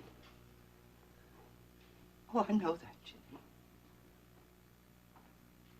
But I know, too, that you love him. I'm happy for that. Are you sure? Ginny, I love you just as much as if you were my own granddaughter. Nothing can change that. That's very important to me. Now, I supported you and Ryan when we all thought that Barrett was dead. I wanted you to go on with your life, not waste it. Or Steve's. And I feel the same way now. Whatever plans you and Ryan have, you have my blessing.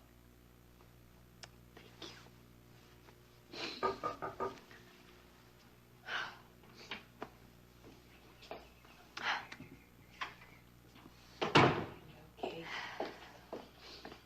Rena. Jimmy. I talked to my parents this morning. My father told me that Barrett left the ranch. Yes, I was going to call Max. You know, we're going to have to run the ranch by ourselves for a while. Max will do everything he can to help. I know that, Rena. Is he at the cabin now? No, he went to the stables. Well, I think maybe I'd better go have a talk with him.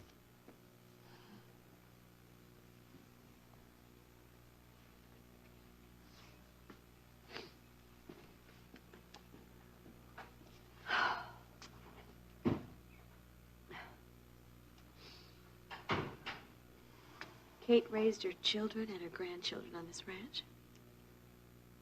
Her sons are dead. Paige never cared about Kate or the ranch. Courtney has her own life. Justin's only interested in oil, and now Barry's gone. All she has left is Max. He's not even a marshal.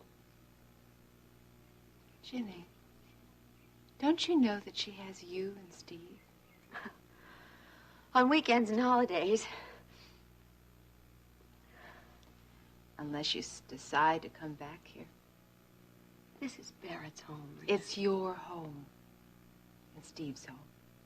Not anymore. Honey, Kate isn't that way. She's too proud to tell you this, but I know it. If you would come back here and stay, it would make all the difference in the world to her.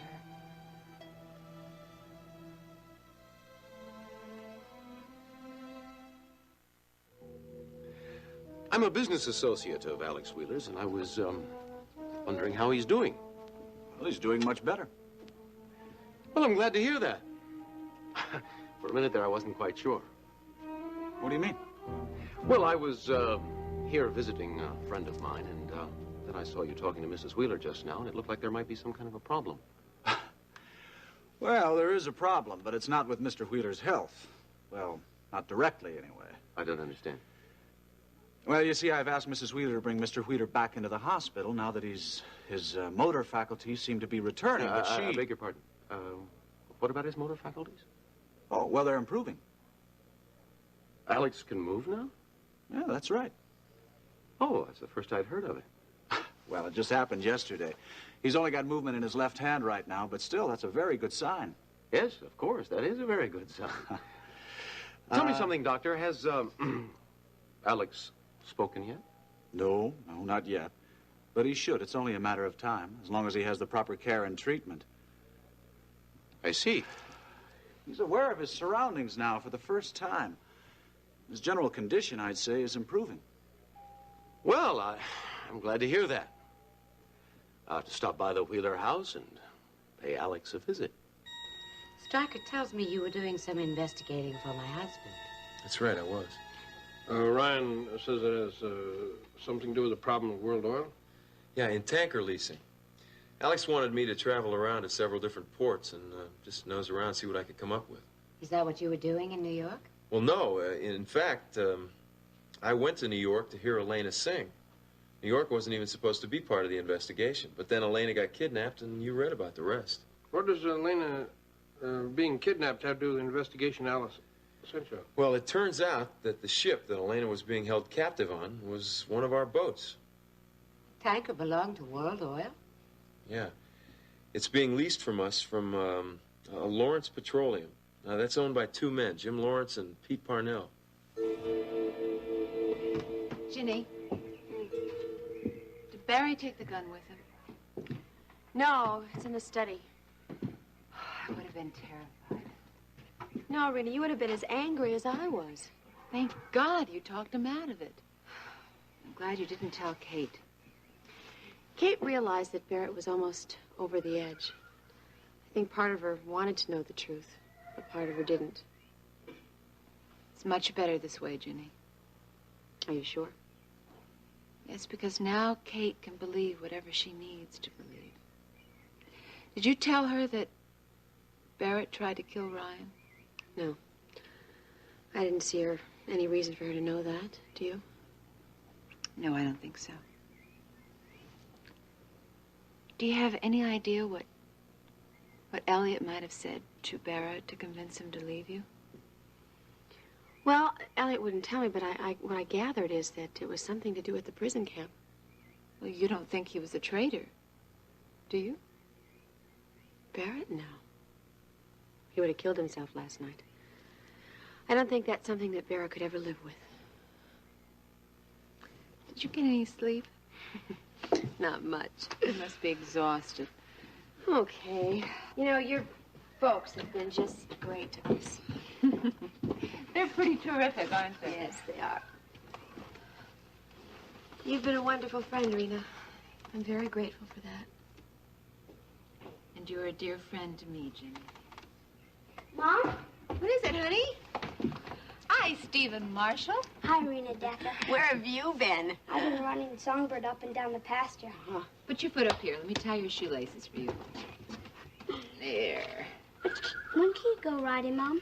Oh, not till next week. I'll ride with you, sweetheart. This afternoon? Sure. You promise? You bet. Is Dad all right, Mom? It sure is. Are we gonna have lunch soon? Won't be too long. Why don't you go upstairs and change this shirt? You're gonna catch a cold. You're all sweaty. Go ahead. Okay. See you later. Bye-bye. I know. I know. He acts as if nothing's happened. Nothing's changed. It's too painful for him, Ginny. Just don't want to force him. When he's ready to deal with it, he will. Hi, Ryan. Oh, hi. I'm surprised to see you. Yeah. Kate invited me out for lunch, so I cleared up all my appointments and drove out. How you doing, huh? I'm okay. How you doing, Rena? Fine. Ginny tell you what happened? Yes. Have you seen Kate? Mm-hmm. She told me that Barrett called. You must feel happy that he's finally getting help. That's what you've been wanting for a long time. I just hope it's not too late. Well, I think after last night he's going to be fine. It's going to take time, but I think he's going to make it. I hope Kate's okay. But we'll help her, and I think she's going to be fine.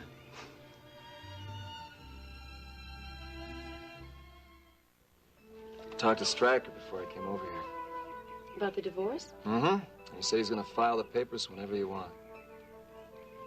I want to do it right away. How long will it take? That depends on Barrett. Barrett promised me that he would not contest this divorce. I know, but Stryker has to send him a summons and complaint, and he can't do that until he knows where Barrett lives. Oh, Ryan. It's okay, Jenny. It's okay. I'm just so afraid that Barrett's going to change his mind about getting a divorce. Hey, I don't think he will. What if he does? We're going to have to take this one step at a time. Now, if Barrett does contest the action, sure, it'll take a little longer, but we'll work it out. I promise you. Where's Steve, huh? I sent him upstairs to change his shirt. How was he today, huh? I'm worried about him. Just refuses to believe that my marriage to Barrett is over and that Barrett's left out. It's a tough thing for any boy to have to go through. Give him time, okay? Has he read Barrett's letter? No, not yet. He's scared. Ryan, I don't know how to help him.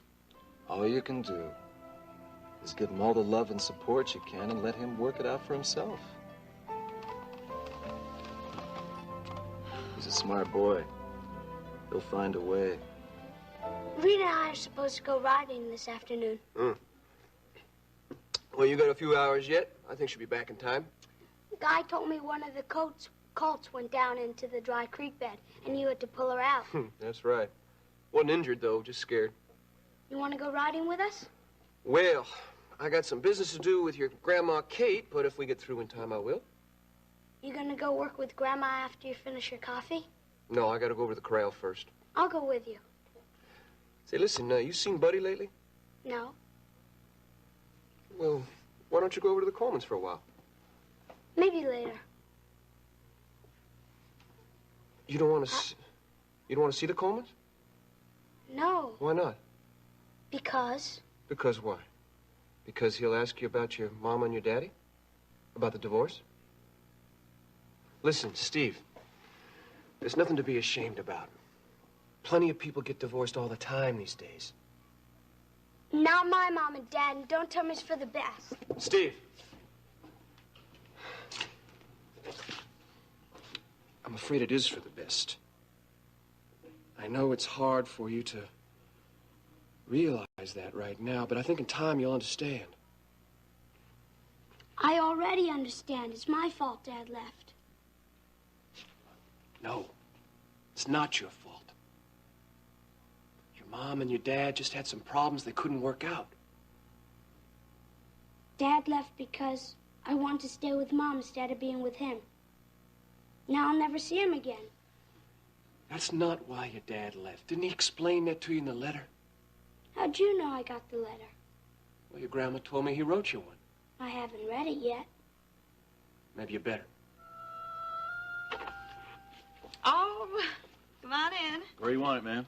Well, I wanted you to put it on the bed, but I was hoping you'd help me throw away the old one first. No problem. We'll just put this one up against the wall right here. Right. Now, the old one is right back around here. Where do you want us to put this old one? There's an area right behind the apartment building where they pick up the trash. You know, I don't know why I feel guilty about buying a new mattress, but I do. I haven't told my husband yet. Oh, people do it all the time. And once he sleeps on this new baby, he won't know what counting sheep means. This old mattress is getting so lumpy. I was having backaches. Well, tell him backaches are dangerous for a woman in your condition. That's right. See, it's literally falling apart. I mean, look at it. And we even haven't had it that long, you know? They just don't make things the way they used to. Well, that may be, but we don't get many complaints about Super King here. Now, don't you worry. Your husband's going to like it just fine. I hope so. Jim Lawrence has been doing business with Alex for years. They even play golf together. And I met Peter Parnell the other day when he stopped by the house to see Alex. I don't see the connection. I thought you told Stryker that this might help Dennis in some way. Well, I think that it could. You see, this whole business with the boat is just a coincidence, but what isn't a coincidence is the sailor that abducted Elena. Now, he worked on that tanker. Well, yeah, I read something about that sailor a couple of weeks ago. Has a tattoo on his arm? A sea serpent. His name is Foster, Joe Foster. I'm sorry, but I still don't see the connection to Dennis. Well, I'm getting to that. Joe Foster admitted to Elena on the boat that he was the one who killed Bernie Stokes. Didn't Elena find his body, too? Yeah. She knew him from the coop because he worked there. Bernie worked there with Chris Shaw. Now, the police think that Bernie and Chris were mixed up in drugs somehow. Well, Dennis certainly never had anything to do with that. No, but this Joe Foster did. Now, Elena tells me that he was involved in a drug ring. What are you trying to say? Well, this may sound very far-fetched, but I mean, if it's going to help to get Dennis off the hook. What's your theory, Ricky? Okay, well, Elena met Joe Foster in Houston at the coop. Now, Chris Shaw owns the coop. So what I'm saying is that I think maybe Joe Foster might have been the one who killed Chris Shaw.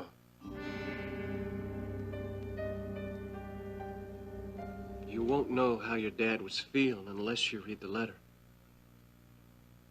Now, it might help Steve. Now, if you don't feel like you want to read the letter,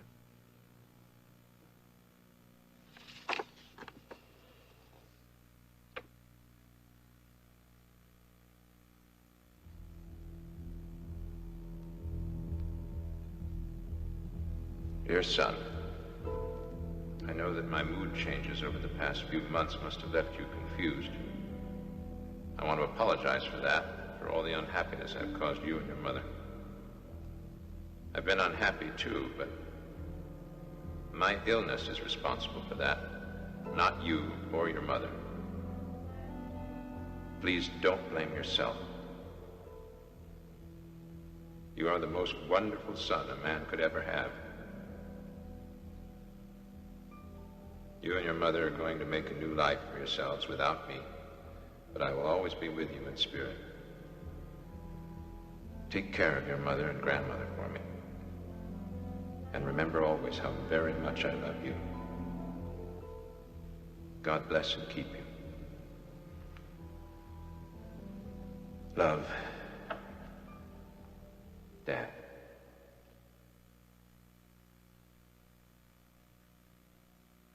Dad's never coming home again. Steve, I know your dad almost better than anyone.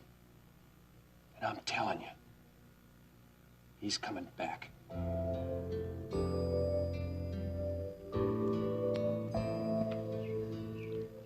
What do you think of River Oaks?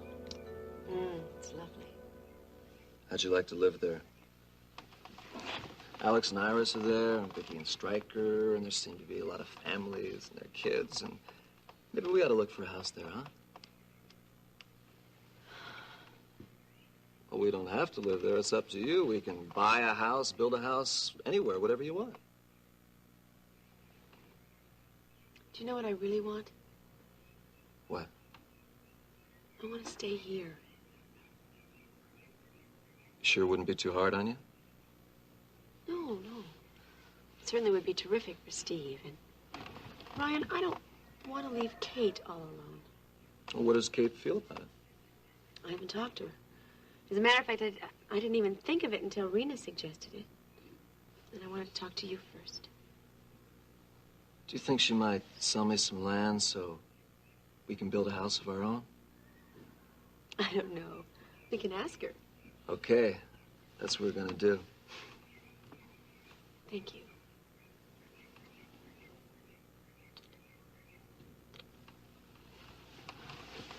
Wow, there's gonna be some kind of construction boom out here. Max and Rena building out here, and with us building.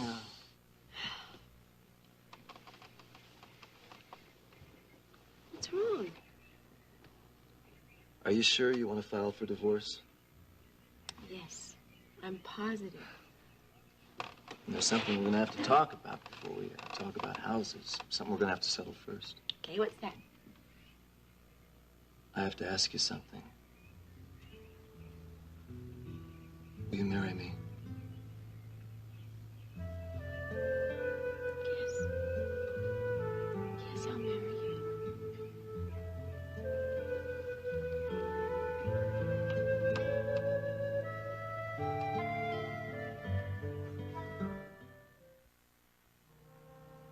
Maybe we should go in and help him with lunch. I offered, honey, but Ginny and Kate seem to have everything under control. Ginny is so happy to be back in her own kitchen again. Let's us build a nice big kitchen like that for our house, okay? The amount of time that I spent in a kitchen... Now, I thought we were going to have lots of parties once we got that house built. We're going to have a big kitchen. Honey, I want a porch just like this one. Yeah, facing away from the Harper property, though, so we can't see all those oil rigs that Justin's Oh, putting up. honey, now come on. Let's not start in on that again, please. You know, Rena, I might just go on over there to the Harper property and blow that damn rig up. Max, you know that's not going to do any good. Justin will just put up 2, 3, 10 more rigs. Besides, when he doesn't strike for oil, the rigs will come down. Now, come on. Let's concentrate on happier thoughts.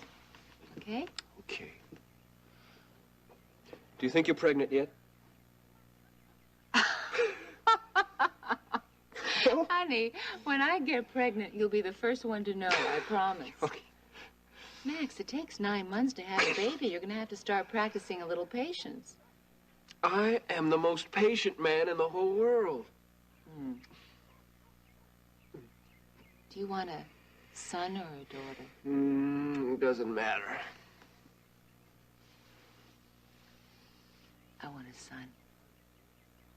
Fine. Then maybe in a year or two, we can have a daughter. Maybe I ought to tell that architect to add a couple more rooms to the house. Max, I forgot. We have an appointment with the architect at 2 o'clock, and I told Steve I'd go riding with him this afternoon. That's right. He was real excited. Listen, maybe I better call the architect and make that appointment for later. Yeah, that's a good idea. Poor kid, he's got so many problems. He doesn't need me to be disappointing him, too. Steve read that letter that Barrett left. He did? Yeah. I think it helped clear up some of the things on his mind. My parents separated when I was Steve's age. I know what he's going through. Did you feel guilty? I was guilty, Max. It's my fault they separated. Well, I think Steve finally realizes that it wasn't his fault. I think it'll take him a while to get used to the divorce, accept it. But I think he will. Eventually. Where are Grandma and Ryan? They went out to pick some vegetables. They're out there talking, aren't they? They're talking, I'm sure. What are they talking about? Well, one of the things is probably us living here on the ranch. We can't live here with Grandma, can't we? For a little while, at least. And when Ryan and I get married, we thought we might even build a house on the property. Married? Steve, we talked about that last night, honey. You know that Ryan and I are going to get married eventually. I don't want you to get married to Ryan. You thought it was a terrific idea in December. Come back here, Stephen. We have to talk about these things. There's no reason for you to keep everything all bottled up inside yourself. It's no good for you, and it's no good for me either. Now tell me what's upsetting you. I want you to stay married to Dad. Stephen, I love you more than anything in the whole wide world. But that's one thing I can't do for you. My marriage to your father is over. You have to accept that, honey. I don't want a stepfather.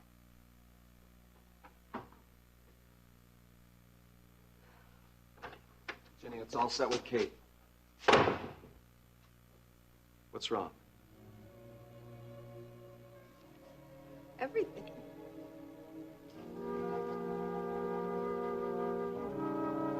Vivian! Julia, you're home. How did things go at the hospital? They went fine. Well, did you convince Dr. Douglas that Mr. Wheeler could stay at home? I most certainly did, although not without a struggle. I just don't understand why those doctors can't see that they don't know everything there is to know about treating people. Mrs. Wheeler. Doctoring is not relegated solely to the medical profession. Mrs. Wheeler. And Vivian and I also had a talk with Stryker while I was at the hospital about Dennis. Dennis? Yes. And Stryker took me to see one of Alex's employees, Ricky Decker. Now, do you remember reading in the papers recently about all that mess with Elena Decker, about her being abducted in New York? I guess I did. Why? Because Ricky is Elena's brother, and he thinks that the man who kidnapped Elena might also be involved with the Chris Shaw murder, that he might actually be the one who killed Shaw. Dennis killed Chris Shaw. Vivian, you must never say that again, ever. We don't know that. I'm sorry, Mrs. Wheeler, but you did find a paperweight, and it was covered all over with blood, and it was laying next to his hand. Yes, I did. But it's very possible that someone may have planted it there to make it look like Dennis had killed Chris Shaw. After all, Dennis was drunk that night. He doesn't remember what happened. Possible. What's wrong with you? I thought you'd be jumping for joy when I told you the news. I'm worried about something. Is Alex all right? Yes, yes.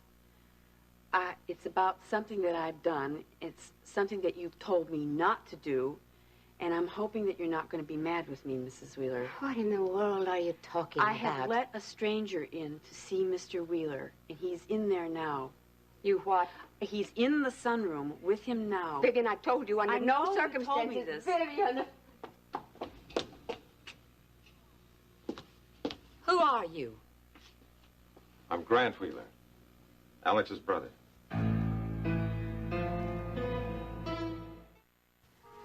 Here.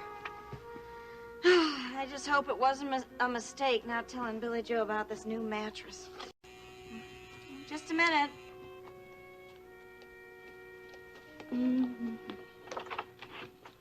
Hi, remember me? You're the electrician. Yeah. I gotta check your wires again. Oh, there's nothing wrong now. It went on as soon as you left the other day. Yeah, I know, but see, it seems to be a problem in the other apartments on this side of the building, so I'm here to check your wires again, too. Look, you know, it's just not a good time. This is right. There's a short, and I didn't find it. Well, you're going to have to wait till my husband gets back. Well, sure, I can wait. About an hour or so, I'll go have lunch and come It's back. going to be more than an hour or so. You're going to have to wait until tomorrow. Mrs. Wright, this affects other tenants. Now, I don't mind waiting a bit, but they paid their rent, too. We got to give I'm continuous... sorry, you'll have to wait. What are you doing? I can't wait. Maggie's, that's where I've seen you. You're not an electrician, are you? You got a good memory. But if you're smart, you'll forget all that. You're the sailor that kidnapped Elena. Now, look. I know you're pregnant. Don't hurt me. I don't want to hurt you. But your husband's got something that's mine, and I want it. Mr. Wheeler, well, did you take a message? No, he's in the sunroom with Mr. Wheeler right now. What? Vivian, I told you no one was to see Alex when I'm not here. I know what you told Under me. no circumstances. Who are you? Grant Wheeler. I'm Alex's brother. Alex's brother? That's right. I'm here to offer you my help. I just stopped by to see how Jenny's doing. Well, Ginny and Steve went back to the ranch this morning. Oh. Barrett left Houston last night. Do you know where he went? To Colorado. A doctor he knew in the Army practices out there. Well, I'm happy to hear that he's going to get help. Elliot, do you think he can be helped? Well, yes, I do. Excuse me. Sure. Hello? Yes, hi, dear. Oh, that's wonderful. Elliot's right here. I'll tell him. Oh, yes. I will. I'll see you later, honey. Bye-bye. That was Stryker. He's on his way over to the jail. The DA has reduced the charges, and Dennis should be out on bail very shortly.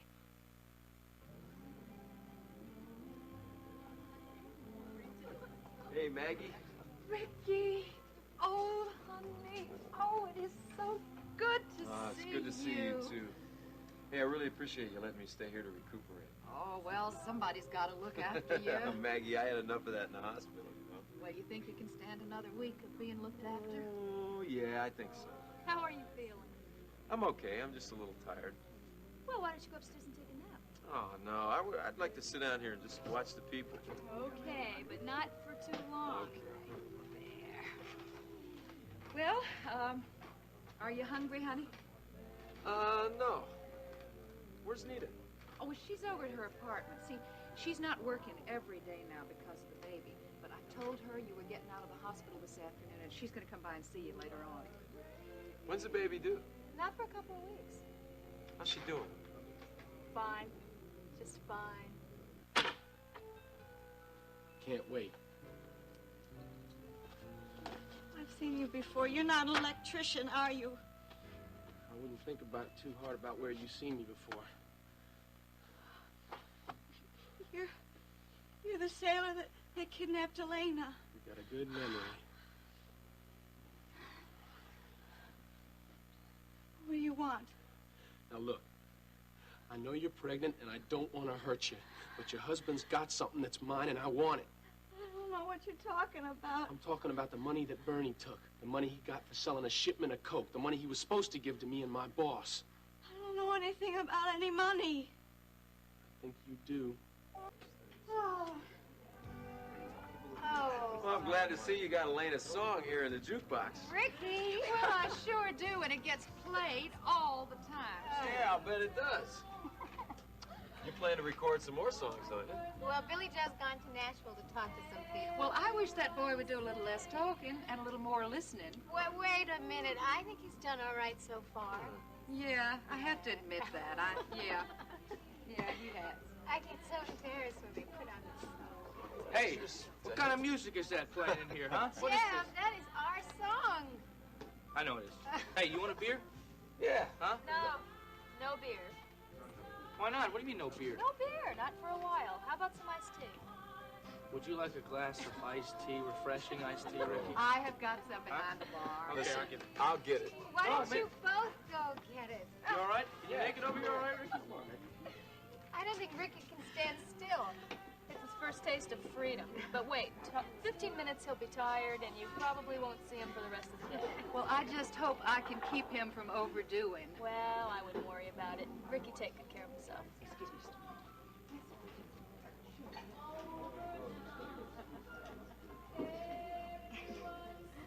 How are you and Jeb getting along? Fine.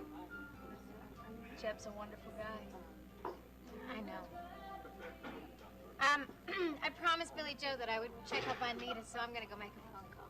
I'll be back in a minute.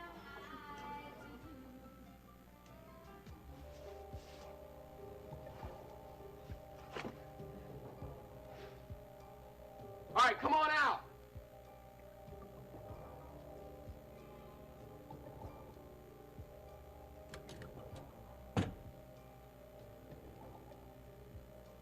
All right, where is it? Where's the money? I don't know. And I told you I don't believe you. What have you done to my home? I'm gonna find my money. Your husband's hidden it here somewhere, and I'm gonna find it. You can't stay here. Billy Joe's gonna be coming back any minute Yeah, now. well, I and happen to he's know gonna Billy find- Joe is winging his way to Nashville right now, leaving you and me with nothing but time. It's true, Billy Joe's on his way to Nashville, but I got his number. You could give him a call and ask him about the money. He'll tell you we don't have it. I don't think so.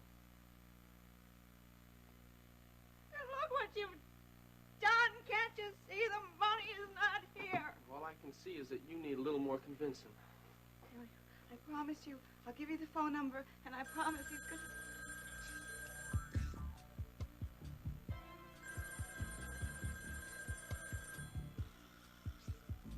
He's Elena. Billy Joe asked her to call me while he's away. She's gonna be worried if I don't answer. Okay, answer it. But no funny ideas about letting her know I'm over here, okay?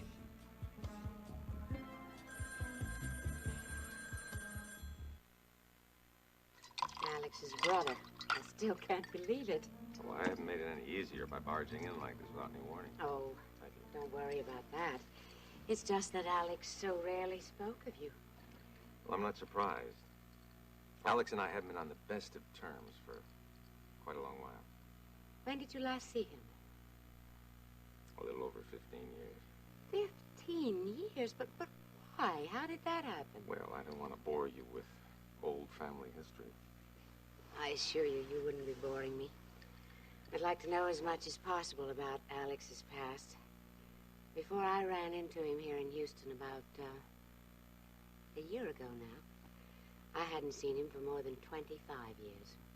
Oh, I didn't know that. As a matter of fact, I didn't even know Alex was married until a couple of days ago. I breed horses, and I've been out of the country for the past year or so.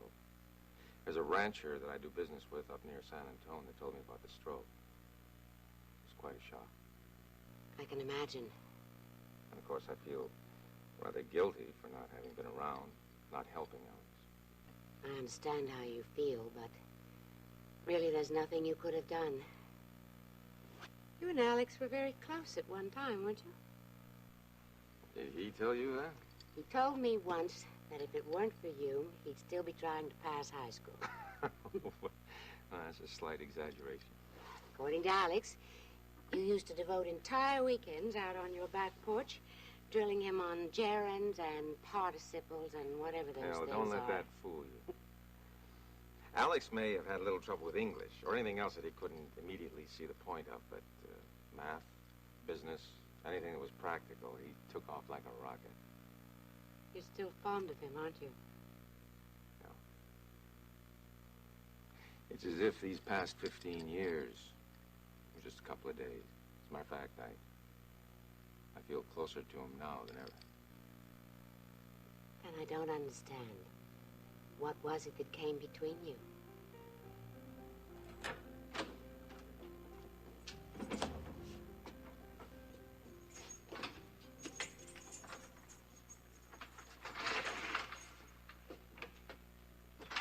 How are you, son? Fine, Stryker. What's up? Got good news for you, Dennis. Talked to the DA, huh? Yes, I did. The DA has decided to reduce the charges against you from first-degree murder to manslaughter. That's great.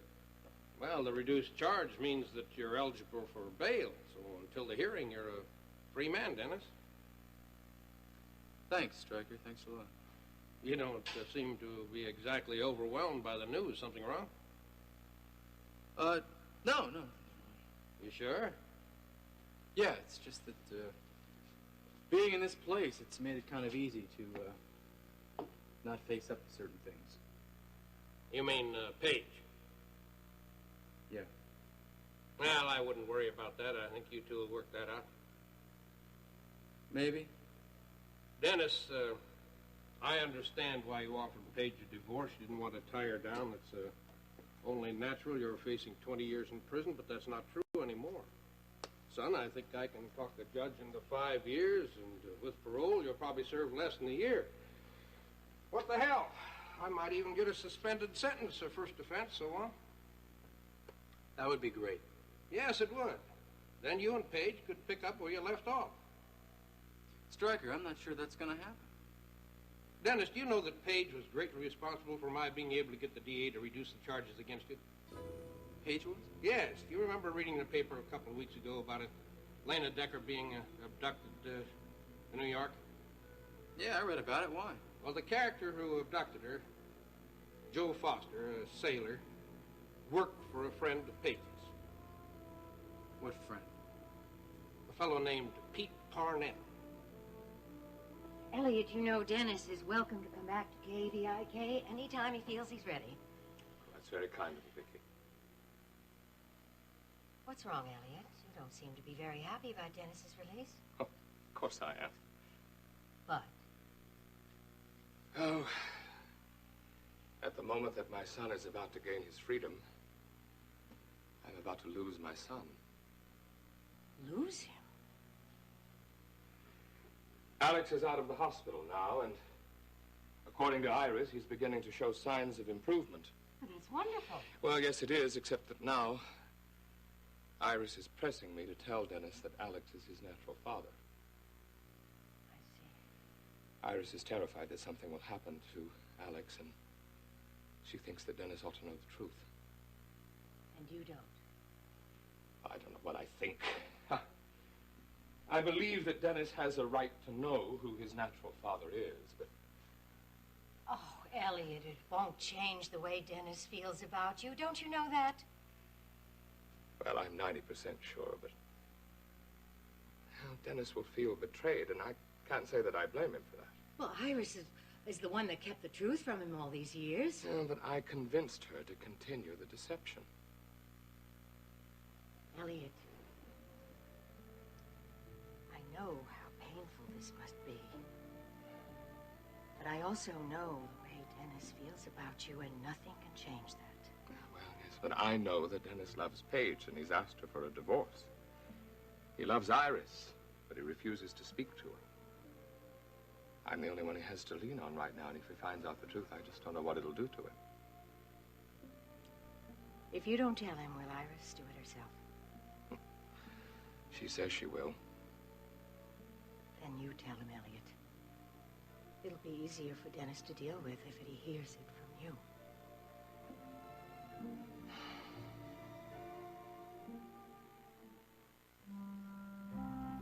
Stryker, you say this, Pete Parnell is a friend of Paige's? Yes. You know him? No. As a matter of fact, Stryker, I don't see the connection between Parnell hiring this Joe Foster and the DA reducing my charges. Well, Page was talking to Parnell about your case, and he thought that this Foster might be mixed up in some way. Mixed up how? Well, he thought that Foster might have had something to do with Chris Shaw's murder. Oh, that's not possible. Apparently, Parnell thinks it is. Stryker, I killed Chris Shaw. You don't know that. You don't even remember what happened. Well, what makes this guy think Joe Foster's mixed up in it in some way? Foster told Elena he killed Bernie Stokes. Bernie Stokes worked for Chris Shaw. It's not beyond the realm of possibility that this Foster had some sort of grudge against Shaw and wanted him out of the way. In any case, the DA's office is looking into it. Just because this friend of Paige's made a connection between the two? Come on! Not just because of Parnell. Ricky Decker came up with the same conclusion from an entirely different direction. Well, you know, that all sounds great, Stryker. Really great. But I don't see how the DA is going to ignore the fact the paperweight was lying there right next to me when Mom came there and found me. Foster could have planted it. It could have been a perfect setup. Who knows? We're just going to have to wait and see what the DA's office comes up with.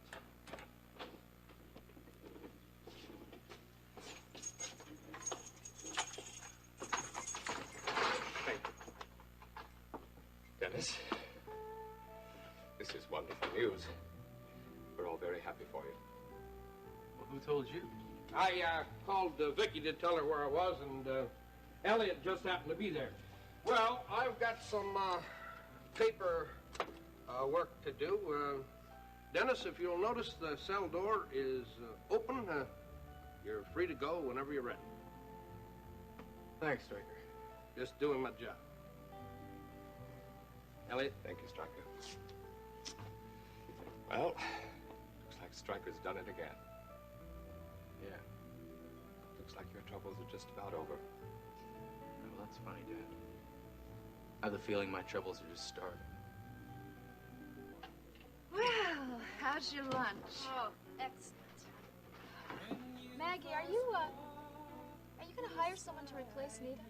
Well, yeah, I've been thinking about it. Why? Well, I just think this place is too big for you to run by yourself. It's too hard on you. Courtney, I have been running this place by myself for years. Then maybe it's time to take a little rest. Look, if Billy Joe's tour that he has planned for Elena works out, then you can devote all your time to taking care of the new baby. Oh, yeah, I'd really like that. Besides, I'm going to have you around to help me, too, won't I? No. Are you serious? I won't be here, Maggie. Well, Courtney, what are you doing? You gonna take a trip, or? No, I'm moving to Dallas. Look, I know it seems sudden, but it's something that I really want to do. What's that, Courtney? What do you want to do? I'm taking a residency in Dallas. It starts July 1st. Hello? Nita? Hi, this is Elena. Hi, Elena. Listen, I just wanted to check in with you. I promised Billy Joe that I would. It's real nice of you. Are you all right? Yeah, I'm fine. Well, you know, Ricky and Jeb and everybody's over here at Maggie's. Why don't you come down for a little while? No, I can't do that right now. Maybe later. Nina, are you all right? You sound a little funny. No, I'm fine, really. Well, maybe I should stop by later. No, don't trouble yourself, Elena. Nita, it's no trouble, you know that. Well, actually, I was thinking I'd take a nap later on. I'm feeling a little tired lately. Oh, are you sure? Yeah, why don't you wait? Maybe I'll stop by Maggie's later. Okay, but listen, don't push yourself. No, I won't. Well, if you're going to take a nap, then I won't call you for an hour or so. Or maybe you should just call me when you get up. All right, good. I'll see you later, Elena.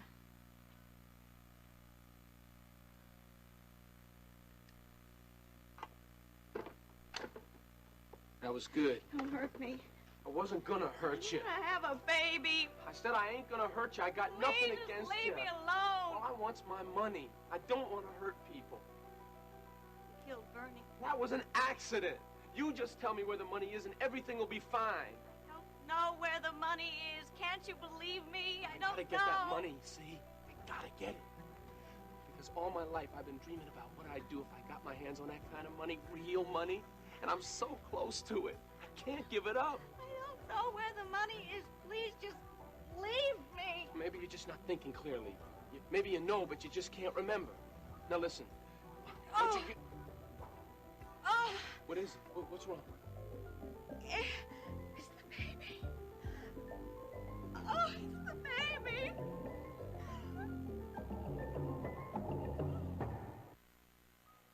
The trouble started when Alex met my wife, Judith. They didn't get along? I was putting it mildly. If the truth were known, they couldn't stand one another. Judith hated Alex from the very beginning, and he sensed that. Well, perhaps she resented your closeness. Oh, that's possible. That's understandable, don't you think? Well, possibly. But what is not understandable is the lengths to which he went to separate. Well, couldn't you talk to her, make her see that Alex was no threat to her? Yeah, I could have, except it was a long time before I was aware of it. You know the old saying, love is blind. And at the moment, I just couldn't see what Judith was doing. What about Alex? Did he see what was happening? Oh, yeah, very clearly. But every time he warned me, I wouldn't listen. So you were finally forced to choose between your wife and your brother. That's right. And it was a long time before I realized what Judith was doing. The scheming she was doing behind my back. Manipulation. Yes, that sort of thing is terrible. If it hadn't been for my daughter, I would have left her a long time before. As a matter of fact, it would have been a lot better if I had separated. Certainly would have been better for Lacey. But you don't believe that your wife thought what she was doing was in your best interest? No. Oh, she might have thought that. That didn't make it any easier. And it didn't stop with Alex. Those things never do. What do you mean? Well, I think the last straw was when she began to interfere in our daughter's life. Making decisions as to who her friends would be, who she could and who she could not see. Whether the fellow she was seeing came from the proper social background. Yes, it's true children have to be allowed to make their own decisions, to run their own lives. But it's very difficult sometimes when you see them on the brink of making such perilous mistakes. Ah, we all make mistakes. Mistakes are not the prerogative of the very young. Mistakes are a way of learning. Forgive me for going in on. I understand. It's obviously been on your mind a great deal. How long have you and Judith been separated? A little over a year.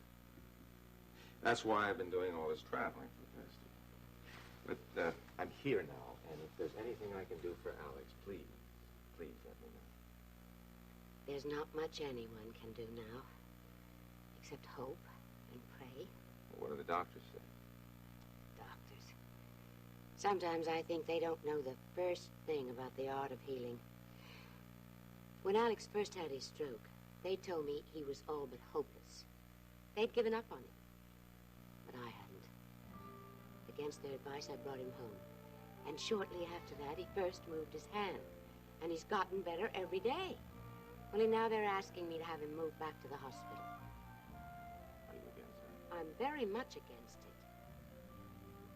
Well, it seems to me that the hospital would be in a better position to take care of him. Right now, at least for a little while. You really think so? Well, they've got the equipment, proper therapy, tests. I don't know the particulars, but it seems to me it would be the best thing. Oh, I wish I knew. You hungry? How about some lunch? You sit down. I will wait for Beth to come back. Okay. Do you have any problems with Dennis's case? No problem at all. Bail's all set, and he's already out. Oh, that's wonderful. Elliot came by the courthouse, picked him up, took him home. Why did the DA reduce the charges? A fellow named Parnell leases tankers and freighters from Alex, gave the DA a theory that cast reasonable doubt on Dennis's guilt, and Ricky Decker came up with a theory independently. Uh-huh. What's the theory? Well, you remember a couple of weeks ago, Elena was abducted from a club in New York and taken to a freighter? Yeah. Well, the sailor that took her there told her that he had killed Bernie Stokes. Now, it seems that Bernie Stokes and Chris Shaw were mixed up in some drug ring, and the theory is that this sailor, Joe Foster, might have killed Chris Shaw. Well, is there any way to prove that? Well, not unless the police find Joe Foster, and up to now, he's disappeared. Well, where does this Parnell man fit into all of this? Just a coincidence. Foster was working on one of his freighters. You always said that Dennis was innocent. Saying it, proving it. Two different things.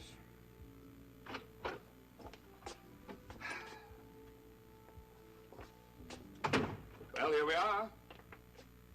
Does it look the same? Exactly. How does it feel to be home again? Good. I've been staying in the guest room, but everything else should be ready for you. Thanks, Dad. Matter of fact, now that you're here, I think I'll move back to my own place this evening. Can I get you something? No. Drink? No. Cup of tea? No, I'm fine, really.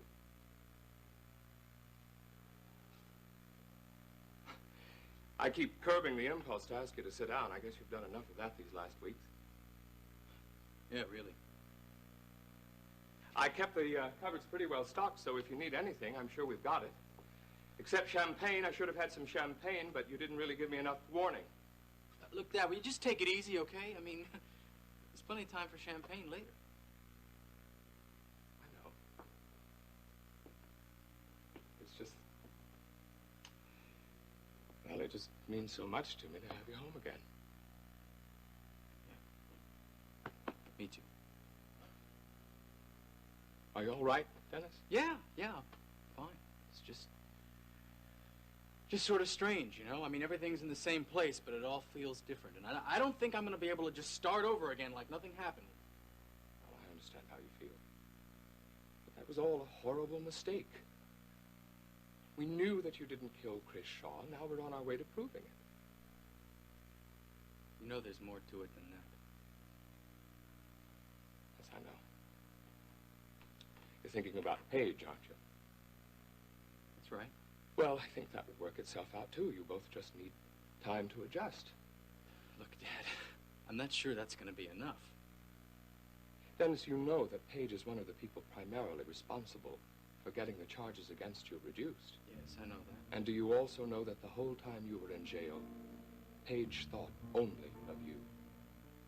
She staunchly defended you. She cared so much, even when you told her that you didn't want her to come and see you anymore. Now, that's special, Dennis.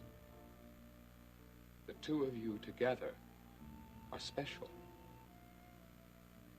She's good for you, son. Don't throw it away. Don't just discard this marriage without making an effort to save it. I don't know, Dad. I don't know that we're going to be able to fix it. I mean, we may have just done permanent damage to each other already. Well, Dennis, I think you'll find out that that's not true. Well, we'll see, won't we? Listen, there's something else I want to ask you, Dad. What's that? Who's this, Pete Parnell?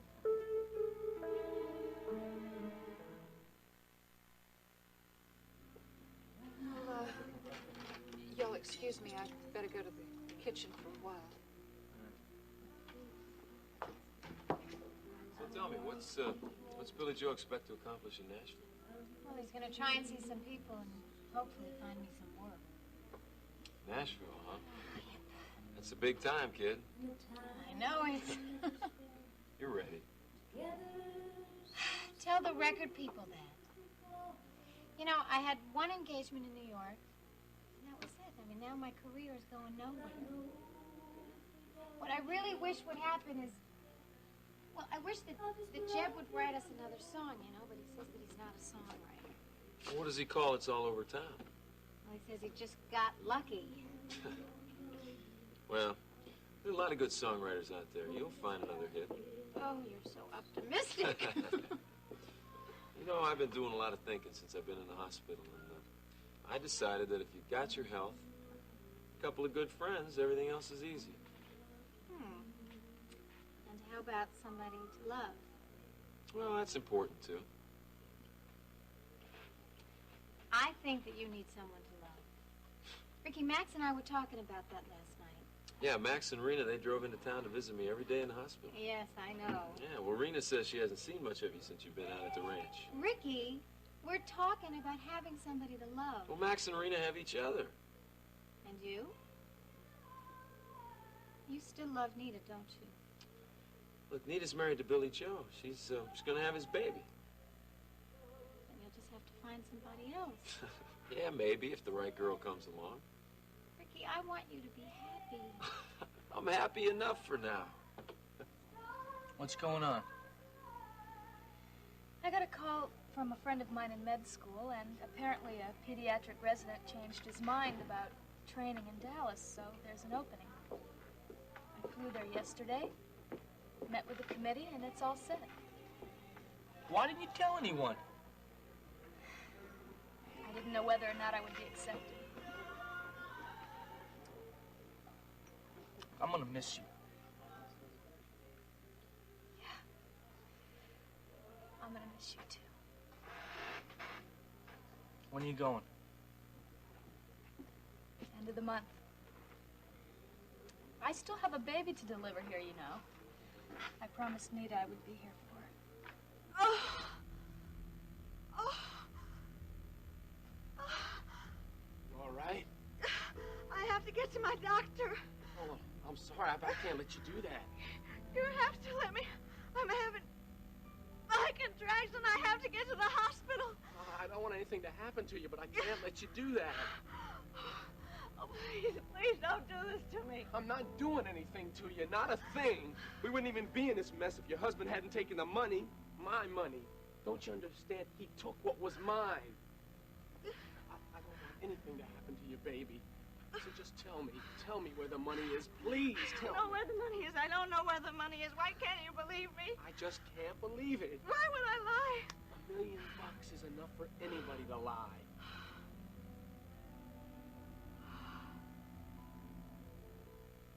Oh, please, I gotta get to a doctor. Sorry, I can't let you do that. Then let me call Elena. Okay, you can call her. But remember, not a word about what's going on here, okay? You understand that? I understand. What should I say to her? Tell her you need something, some food or something.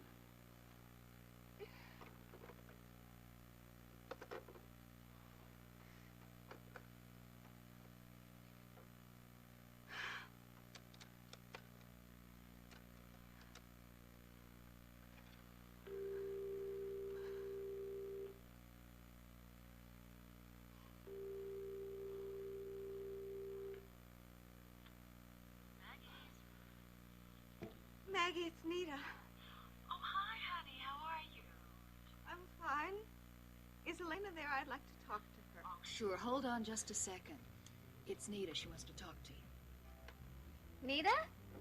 Well, did you decide to skip your nap after all? Actually, I decided I wasn't tired. What I was that I was very hungry. I had a real craving for some of Mackie's tacos. Could you bring some to me? Well, of course. Wait, I'll go get Jeb and we'll make an emergency taco run. How's that? Wait, do you want hot sauce? No, wait a minute. Don't bring Jeb. What? Why?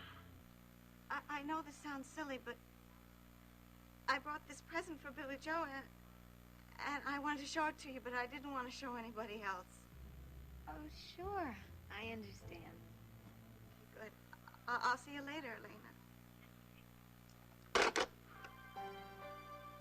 was good. And now we wait. Oh!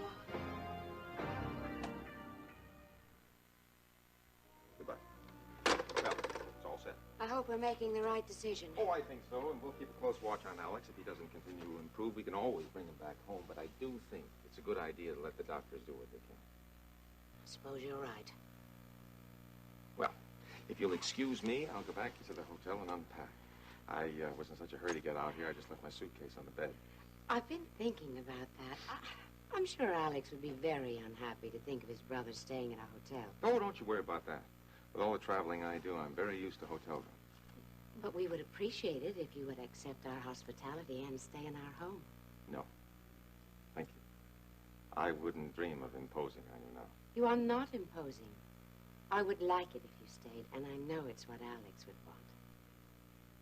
You're sure? I'm more than sure. I insist upon it. Well, then I accept, and I thank you very much. I'd love it. I'll go back to the hotel and pick up my bag. Can't we simply send the car for them? No, I've only been there a couple of hours, but then again, there is the matter of the bill to be settled. I'll be back soon. You call me if you need any help, and I'll send a driver. I will. Thank you. Can I clear the tea things now? Yes, dear, of course. How's Alex? Well, he's taking a nap right now. Mr. Wheeler's brother certainly seems like a nice man. Yes, he does. Oh, I'm glad that he and Alex are going to be reunited after such a long separation. I think he'll be of great help in Alex's recovery. Are you serious about sending Mr. Wheeler back to the hospital? Yes, for a short time. Grant seemed to think it would be for the best. I'm just surprised you changed your mind. You seemed pretty set on it before. Oh, Vivian. I'm tired of making decisions.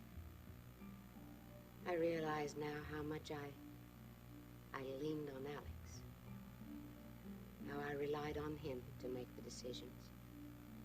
To be strong. I only hope I'm doing the right thing. But at this point, I simply don't know. Well, at least there's hope now of proving Dennis's innocence. Yes. If only Iris or Dennis had come to me the night Chris Shaw was killed. Oh, now, sweetheart, don't start in on that again. Now, you know Iris's intentions were for the best. I know, but she sure made a mess of it. I hope she's learned from it. I'm afraid Iris's good intentions are going to cause more problems for Dennis. What kind of problems? Alex Wheeler is Dennis's natural father. And Iris wants him to know that now. When Iris married Elliot, she knew she was carrying Alex's child, but she never told Elliot about it. She thought she'd never see Alex again. 25 years later... How long has Elliot known about this? Since he came to Houston. And now, because of Alex's condition, Iris wants Dennis to know the truth. Elliot going to tell him? I think he is. Peter Parnell is a friend of Page's. Yeah, that's what Stryker said. He said that this Parnell found the connection between the guy who abducted Elena Decker and Chris Shaw. Yes, Joe Foster. Well, I never met this Peter Parnell. I mean, I wonder why, if he's such a good friend of Paige's. Well, I don't know that he's such a good friend. I think they know each other through the Top of the World Club more than anything else. He's a client of Alex Wheeler's, or rather, World Oil. I see. How's Alex doing? Well, I haven't spoken to your mother since yesterday, but I assume he's the same. Is he showing any sign of recovery? Not so far. He simply sits in that wheelchair, staring forward, unmoving. It's a terrible thing. Well, how about Mom? Is she taking it any better? Oh, I think so. She tells me she thinks he's going to recover. I suppose you think I'm being pretty hard on her, not seeing it at a time like this. Well, it's a difficult situation, especially since she played a part in what happened to you. And now I'm supposed to go see her, right? I guess I should. Well, I think she would appreciate it. Maybe I'll even stop in and see Alex. Yes.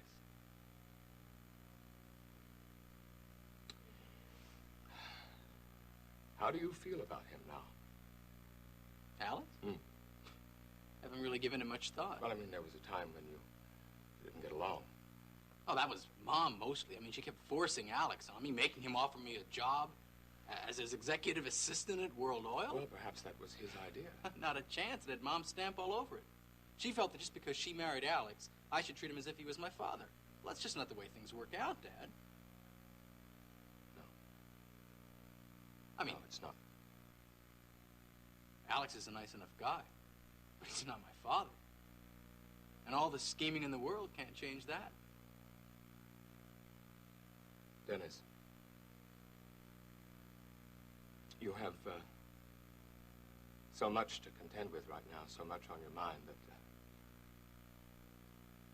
I hate to burden you with any more, but circumstances make it necessary. What are you talking about?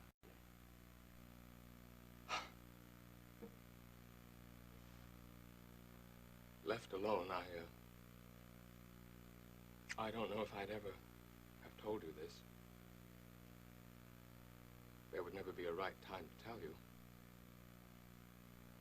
But Alex's condition is forcing my hand. Dad, what is it you're trying to say? Dennis.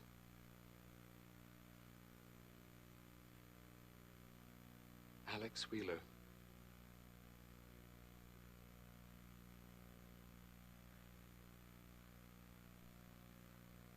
Alex Wheeler is your father.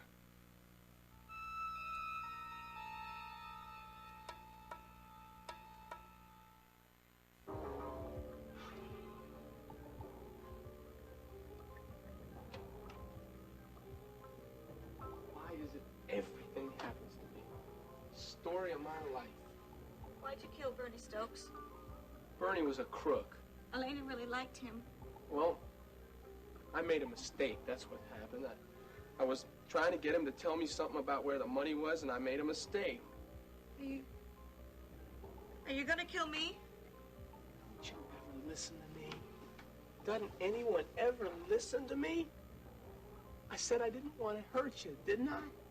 All I want is my money. I don't want to lose my baby. You're not gonna lose your baby. I will if you won't let me get to the hospital, if you don't let me go. No, I can't let you do that. I could call an ambulance. They won't even know you're here. I'll even forget your face. Please, it's for the baby. Will you be quiet? Will you please be quiet? I never did anything to you. Shut up!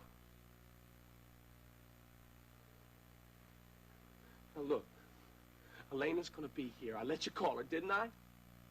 She can help.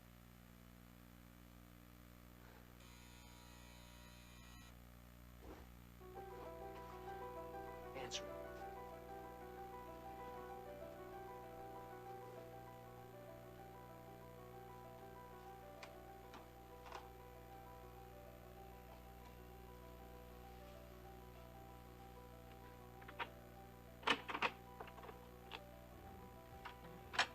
Hello, Nita. This is the taco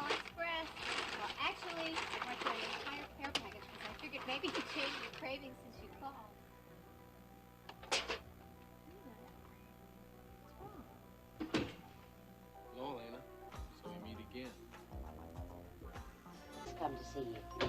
Oh, Stryker, Rena called. She'll be here shortly. Alex, Dr. Douglas tells me you're feeling better. I think that's wonderful. He has to go down to therapy in a moment. I'll just be a moment. I just wanted to tell you Dennis has been released from jail. How did that happen? The charges have been reduced. Oh, Stryker, I am so grateful to you. All this news makes me so happy. Well, it's not over yet, but at least he's out of jail. Well, where is he now? Elliot took him to the apartment. Well, I must go to him immediately. Calm down, Iris. Let Dennis get his bearings. Stryker, he's my son, and Yes. he's just been released from jail. I know that, Iris, and I also know his state. And the last thing he needs right now is for you to upset him. Dennis, you have so much to contend with right now. So much on your mind that I hate to burden you with any more. But circumstances make it necessary. What are you talking about, Dad? Left alone, I don't know that I would ever have told you this. There would never be a right time to tell you. But Alex's condition is forcing my hand. What is it you're trying to say? Dennis, Alex Wheeler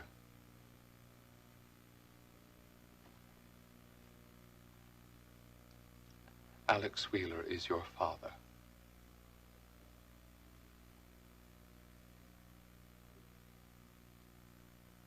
Is this some kind of joke? Would that it were, Dennis. Would to God it were. I don't understand. What is there to understand? You're my father. No, I'm not. Stop saying that. Stop saying the truth. It can't be, Dad. It just can't be. Iris met Alex 25 years ago in Saint-Tropez. They were together 3 days. Then he left her. After that, she discovered she was going to have a child.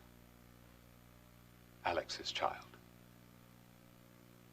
That child is you. Hi, Paige. Hello, Peter. Not a very enthusiastic greeting. Do you mind if I come in? No. And I don't really have time to visit. I'm sorry. I was on my way out. Going to visit your husband? I never did anything to you. Shut up! Now, look. Your friend Elaine is coming over here, right? I let you call her, didn't I? That she can help you. Answer.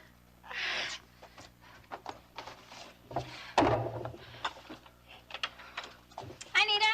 Taco Express. I brought Hello, you. Elena. We meet again. What are you doing here? I came to get my money. What money? The money your friend Billy Joe took from me. Oh. Nita, are you all right? Look, I don't want to hurt anybody. I'll get my money and I'll leave. Look.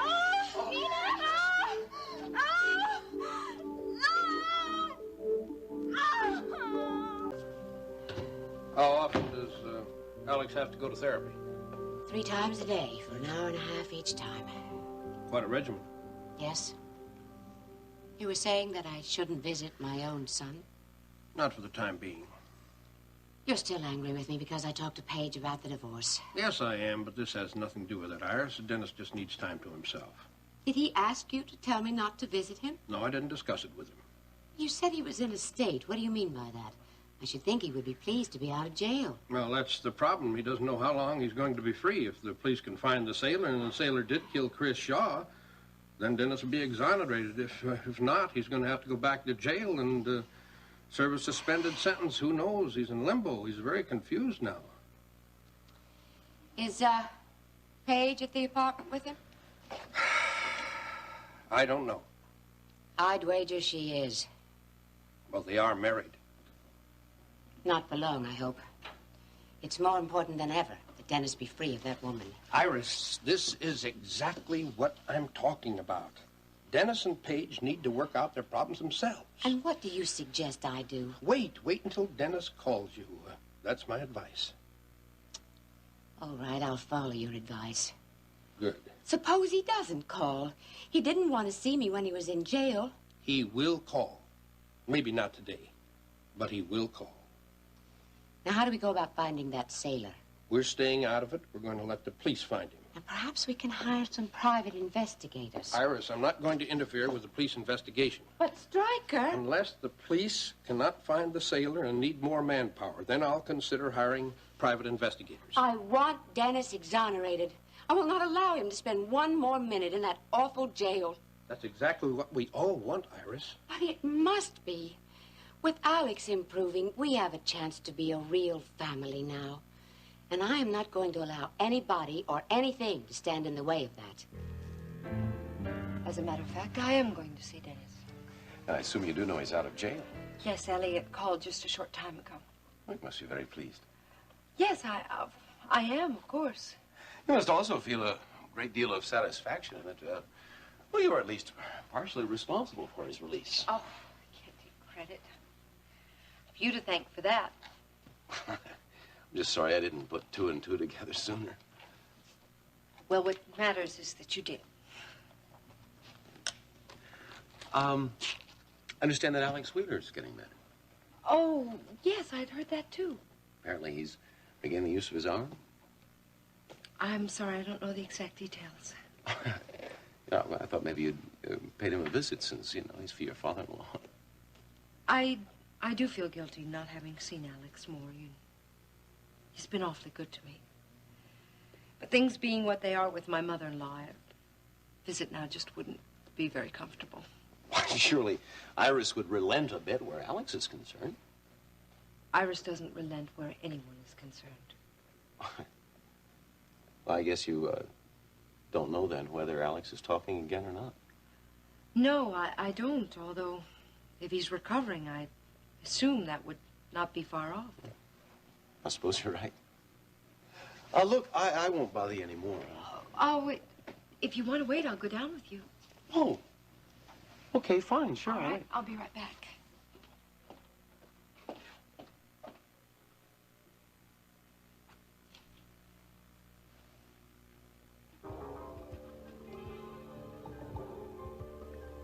What are you trying to say? I'm saying I'm thinking of cutting you in on our little venture. Cutting me in?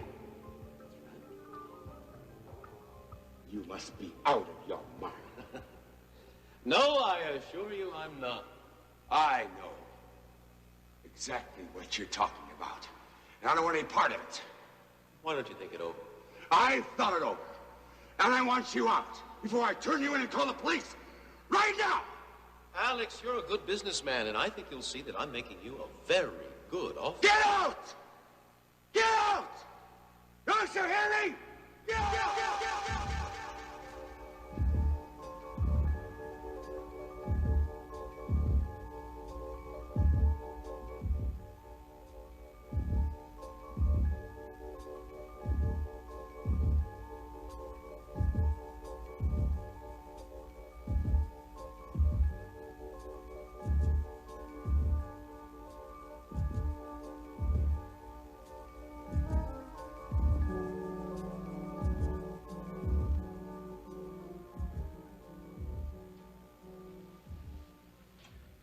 Alex, you know too much. Alex is my father. Yes. Why didn't anyone tell me this before? I couldn't tell you because I didn't know. Mom knew. There are all sorts of reasons. It's always hard to second-guess your mother. I think she thought she'd never see Alex again, and later, as time went by, I suspect she thought the truth would be too painful for you or for me. Take your pick. One reason is just about as good as another. The point is, she didn't. How long have you known this? 6 or 7 months. since I came to Houston. So for all these years, she's kept you in the dark, too. And she waits till now to break the news. Iris didn't tell me. Paige did. Paige? That's right. You? Mom? Paige? Who else knows about this, Dad? Just about everyone, I guess. Oh, yeah, everyone except me, right? You know, why didn't you tell me about this sooner? Isn't that obvious, Dennis? No, it isn't obvious, Dad. Not to me. I was afraid. Afraid? Of what? Of losing you. Losing me. How could you even think something like that? Coming back from a year in a prison camp in Cambodia and finding out that your son of 25 years isn't your son and that your loving wife never really loved you, you'd be surprised the thoughts that go through your head. I know that's not an excuse, and I apologize for sounding so self-pitying. Given what you're going through, it really isn't fair. And what do you think it is I'm going through? But if I were you, I'd be very angry right now. No, more than that, I'd be furious at having been lied to in such a fashion. Even I had no real excuse for not telling you. No excuse but fear.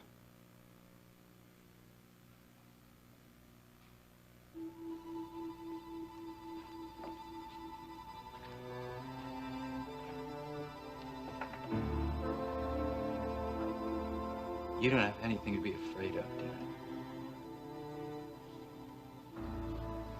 I love you. You're my father.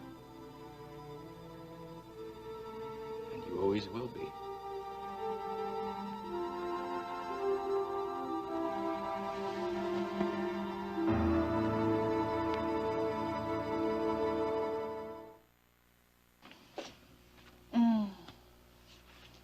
How are you, Iris? I'm much better now that you're here. I was surprised to get your call. Well, I went by your house, and Vivian told me that you had brought Alex back to the hospital. She told me there wasn't anything to worry about. What's going on, Iris? Well, Alex has begun to show some improvement, and Evan Douglas thinks he should have supervised therapy. You don't sound too happy about it. I think Alex should be in a home environment. He'll improve more quickly. Let me give you a little advice, honey. Evan should decide what's best for Alex. He's a good doctor, and he knows what he's doing. Well, we're here, and I'll try to make the best of it. How's Vivian holding up? I think she's fine. You didn't tell me that Alex's brother was coming to Houston. I didn't know myself. He just arrived. Did you meet him at the house? Yes, I did. What do you think of him? Well, he seems very pleasant. I thought that he and Alex haven't spoken to each other for years, and that's what I remember hearing. That's true. But they're reconciled now. I'm glad he's here, Rena. I'm so weary of making all the decisions. Honey, why don't you just get out of here for a while? Just go off someplace. Go shopping. Take a little drive in the country. Perhaps later. Tell me about you and Max. How are things on the farm? Oh, we're getting along just fine. In fact, I don't think we've ever been happier, despite Justin's attempts to make us miserable. Justin Marshall? Yeah, that damn scheme of his to get my husband to drill for oil. What scheme? I'm sorry I mentioned it. Rena. Iris, I came here to cheer you up. Now, let's talk about something more pleasant. I want to know about Justin. Justin talked Alex into giving him a great deal of money to drill for oil on property next to ours. And why are you so upset about it? Because my husband knows that there's no oil on the Harper property. Then why is Justin going to drill? To antagonize Max. He's spending Alex's money simply to antagonize Max. There may be oil in our property, and that's what Justin is really after. Did Alex know that? Well, Justin conned Alex. Alex had a stroke before he was able to talk to him about it. Rena. I'm sorry, but that's the truth. Justin had a fake survey done. There's no way of proving that that survey is fake, of course. When Alex is well enough, I'll speak to him about this. I don't want you to. Rena, we're friends. If I can help you... Iris, you can't, okay? Now, I really am sorry that I brought all of this up. When Justin doesn't strike oil, the whole thing will be over with. But thank you for wanting to help me. Well, if what you say about Justin is true... Iris, I know Justin Marshall better than anybody in Texas. Don't trust him. Dennis, I know that I'm treading on dangerous ground, but I really think you should give Iris a call. Can we talk about something else? Sure, in a minute, but I want to get this out of the way first. You're right, Dad, you are treading on dangerous ground. Dennis, I know how you feel. If anyone knows, I do. And as much as I never thought I'd hear myself saying this, Alex is your father. And your resentments, if there are any, should be directed toward Iris, not Alex, because the man is very sick. He may die, and... I'll think about it, Dad. Seems strange to hear you still call me that. Why? I've been calling you that for the last 25 years. Still, All right. We won't talk about it anymore.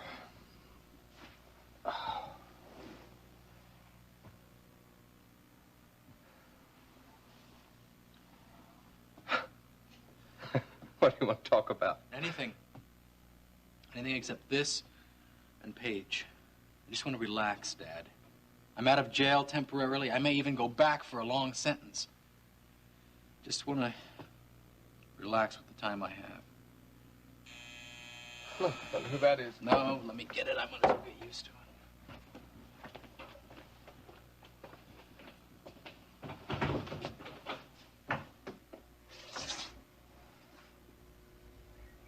Hello? Hello? May I come in? Sure.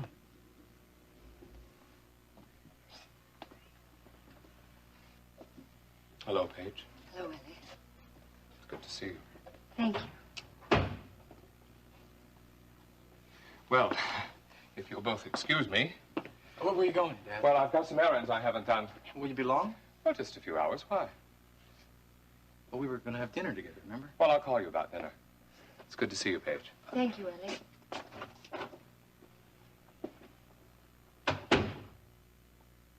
Welcome home. Are you feeling better now? I'm scared. Nita, please don't worry. I will not let anything happen to you.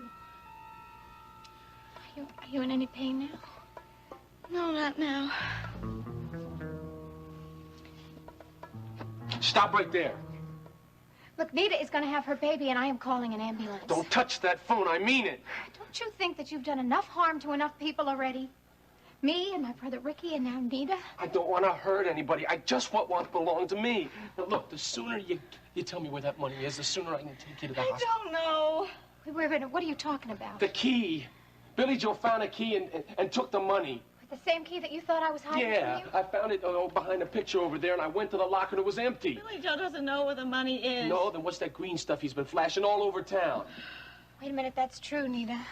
Well, that's from the royalties. It's from the royalty checks. It's my money. Wait, Nita. That might account for the cash that Billy Joe gave to me and Jeb and all that stuff that he's been No, buying. you're wrong. Billy Joe wouldn't do anything like that. Nita, you gotta think hard, and if you know where that money is, you gotta tell him I so swear I don't know anything about any money.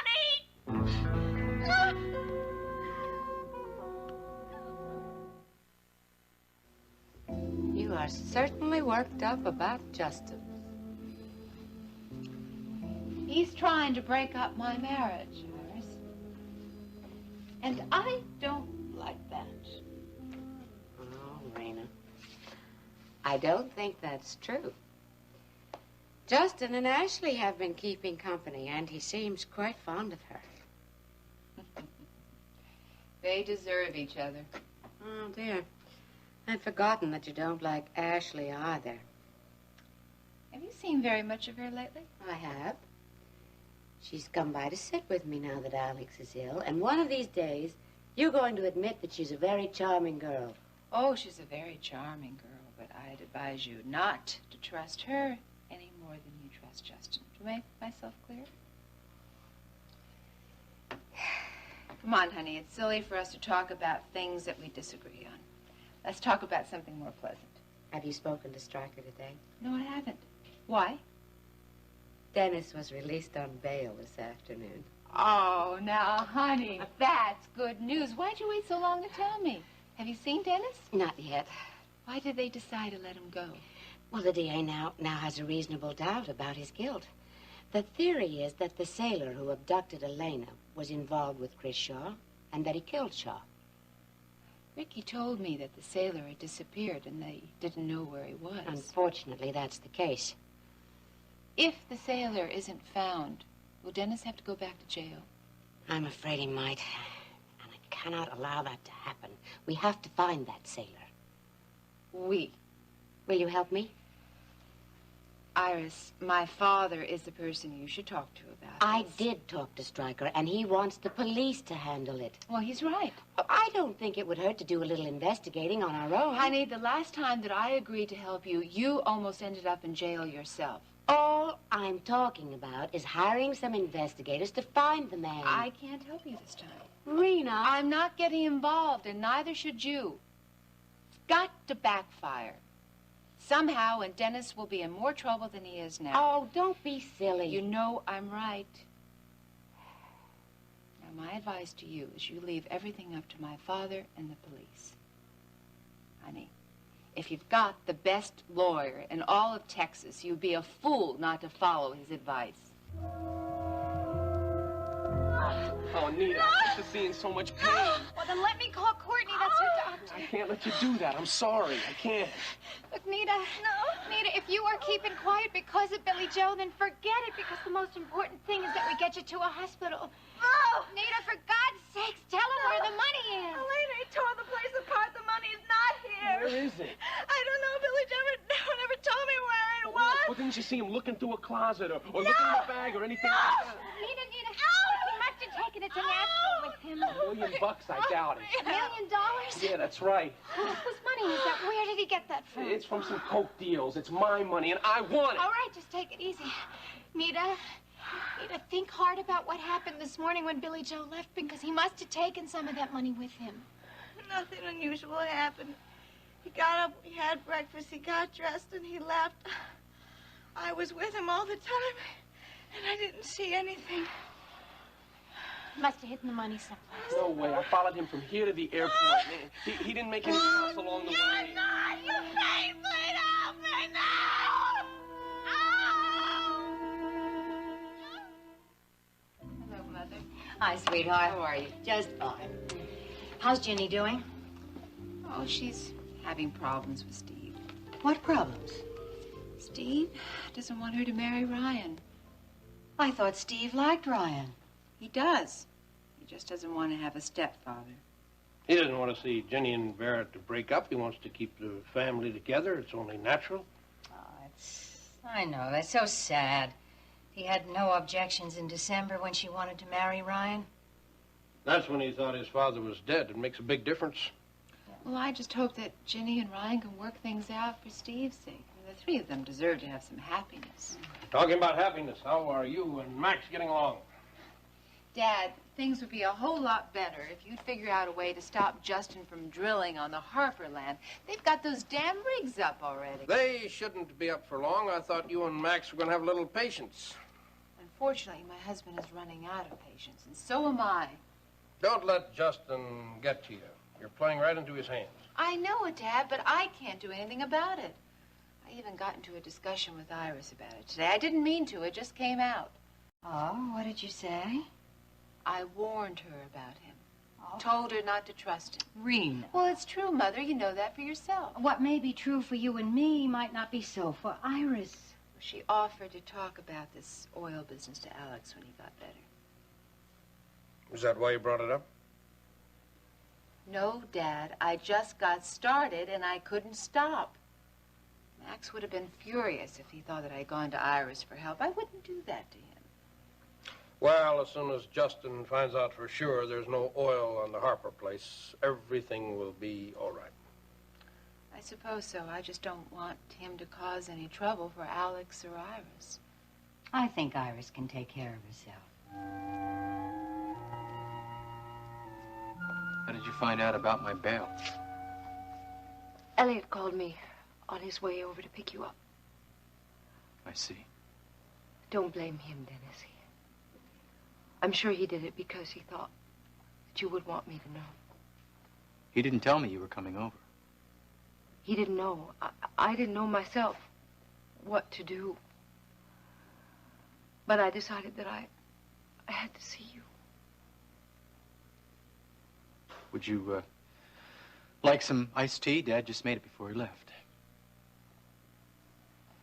Reason for his exit did seem a little obvious, didn't it? A little.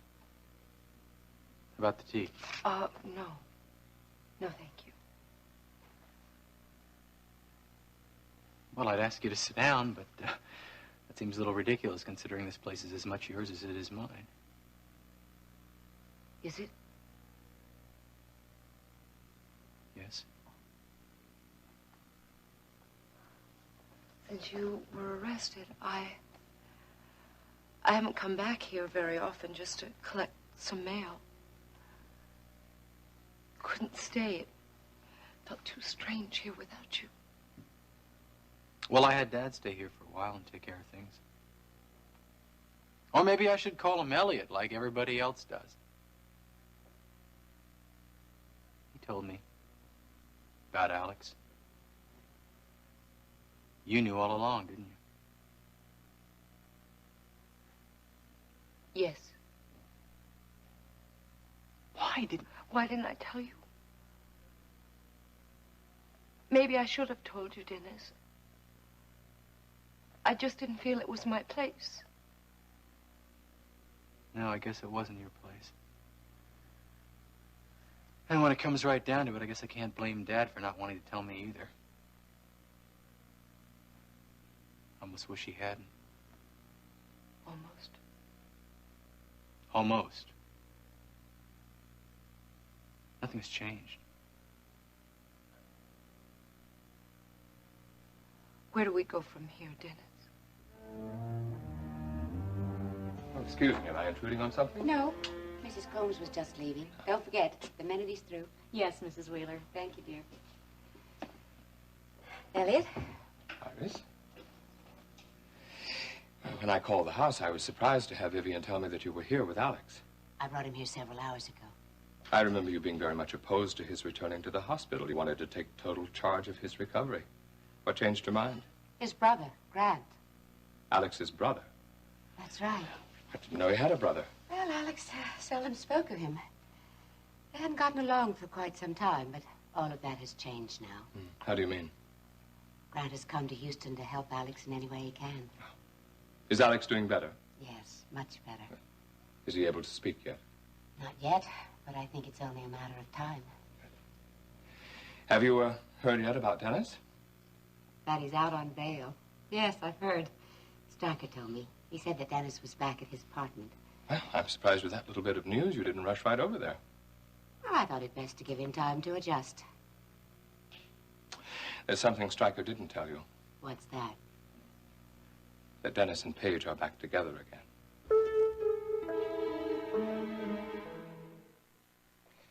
Well, I would much rather stay here, but I've got to get to that meeting. See you, Dad. Bye. Bye-bye. And you and Max stop by next week sometime for supper. We will. I'll see you later, honey. Have a good meeting. I will. Thank you. Bye. Bye-bye. Don't you have to get back to work? No. Tell me what you're upset about. Oh, Mother. It's this oil business with Justin and all the trouble that Ginny has had. It's more than that. Come on, tell me. It's everything. Everything that's happened has made me rethink an awful lot about things, especially about my marriage. It's had the same effect on Max, too. I know. I've seen a good many changes lately. Yes? He's going to build me that house. Oh, that's wonderful. He decided it all by himself. That makes it even nicer. In fact, we're coming into town tomorrow. We're going to talk to the architect. What kind of a house are you planning to build? Something simple, something that'll be comfortable for both of us. That's very smart. I told Max I want to have a baby, Mother. Do you? Yes, at least I do most of the time. I certainly meant it when I talked to Max about it, but... But what? Oh, Mother, last night I woke up in the middle of the night. I broke out in a cold sweat. I wanted to wake up Max. I wanted to tell him that I had changed my mind. But I couldn't. I was so scared. I kept thinking about all the things that could go wrong. Oh, honey, honey. Nothing's going to go wrong. I wish I could be sure about that. You know, I worried about the same things when I was pregnant with you. Mm-hmm. I guess every woman has to go through it from time to time. I can't go through it for 9 months. Make an appointment with Bart. Have a checkup and talk to him. Will you please do that? Mother, I feel so ridiculous about it No, now. no, he'll understand, I promise you.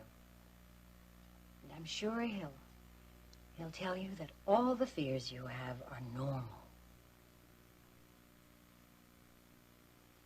All right. I'll call him this afternoon. Good. And honey, the next time you wake up in the middle of the night, call me.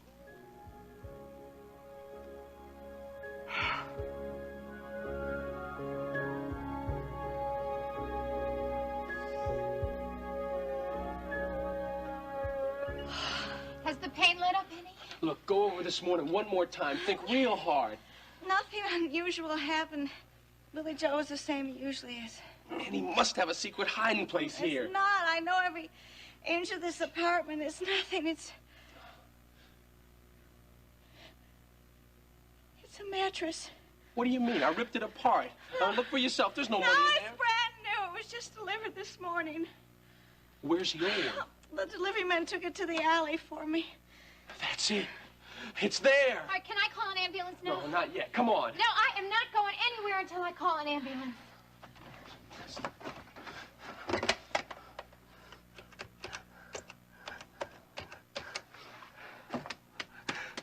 Yeah. Hello, look. We got an emergency here. We got a woman about to have a baby. We need an ambulance over here quick. The Aquarius Apartments, Mrs. Billy Joe Wright, apartment 1. Apartment 1. As fast as you can, all right? All right, thank you. All right, come on. Now look. I'm gonna leave the door open. Unless if they get to her before we get back. You say a word, she's gonna wind up in the hospital too, all right? Nita, you're gonna be all right. Come on. No. No.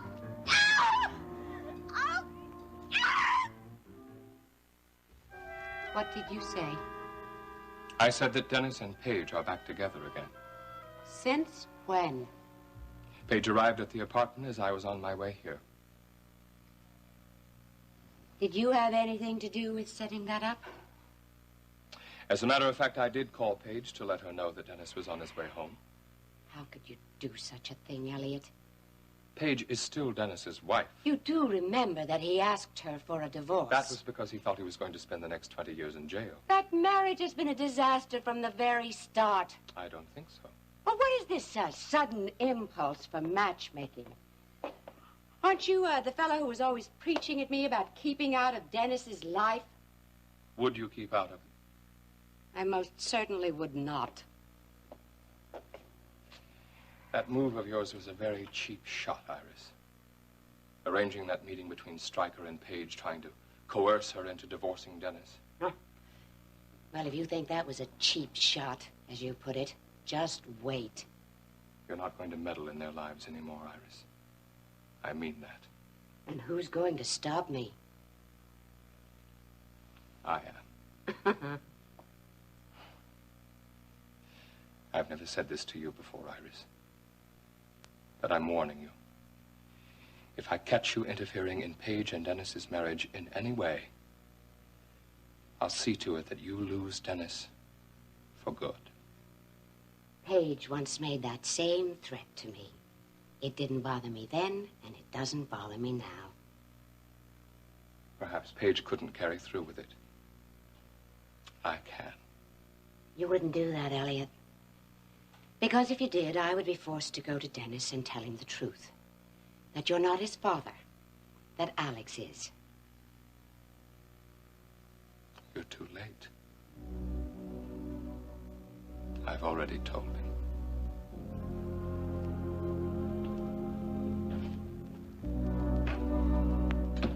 Where do you want us to go from here? I want what I always wanted. I want to live with you as your wife. You think that's possible?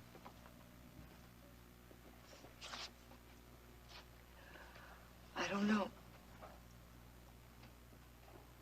All I know is that's what I want.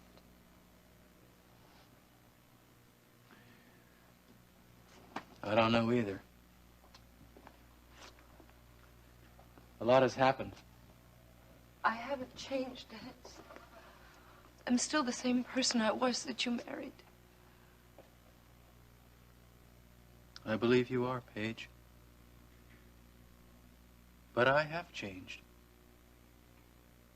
Have you? I think I'm less trusting now. I know I'm going to have to earn back your trust, darling. But I'm willing to try.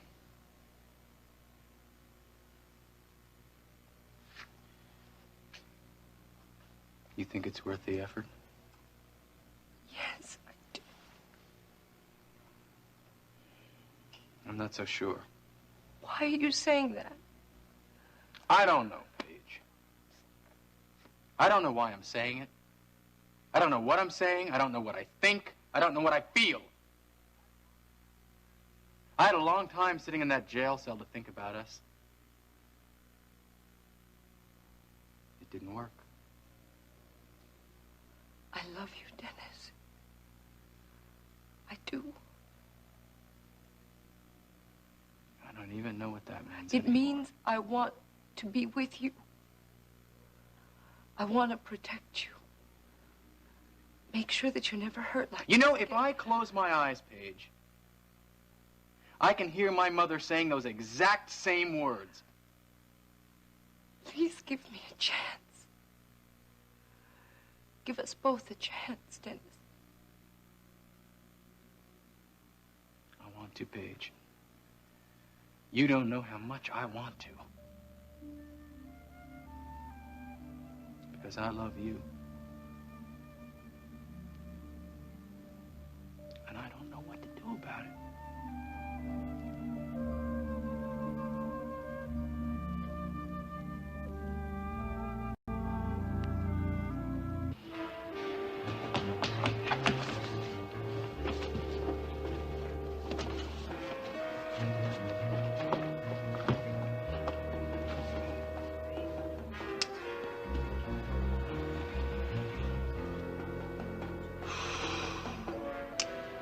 That's it. Okay, Stick it in the bag. Hurry up. What are you gonna do? You gonna kill me? Nope. I'll take that bag. I'm gonna get out of here. You'll never see me again. The police are looking for you, you know. Yeah, I know. They ain't gonna find me. I'm leaving the country. Got my plans all made. Look, I'm sorry about Anita. I never meant to put her through that. I don't think that you give a damn about anybody but yourself. You're wrong. Even in New York. Ain't got time to talk about that now. Hurry up. That's the ambulance.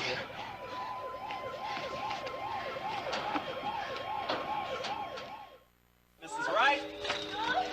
Oh, please. Please help me. What's the problem? I want Courtney. I want Courtney. Take it easy. You're gonna be all right. You're gonna be all right. Do you have her phone number? Yeah, it's by the phone.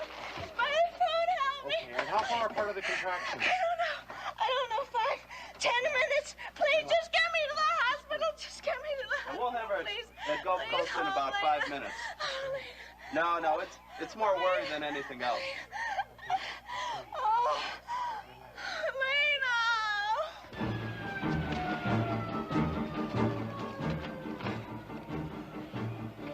You sure? All right, zip up the bag. Walk slowly to the car. Okay, don't move. Drop the gun, fella. Back off, or she's dead. You got 5 seconds. Get out of here and pull the trigger. Come on, you make a move for me, she's dead. Okay, buddy. You got it your way.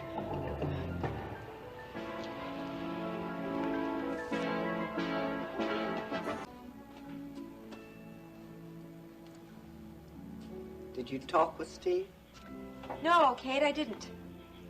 Where is he? In his bedroom. Told me to go away and leave him alone.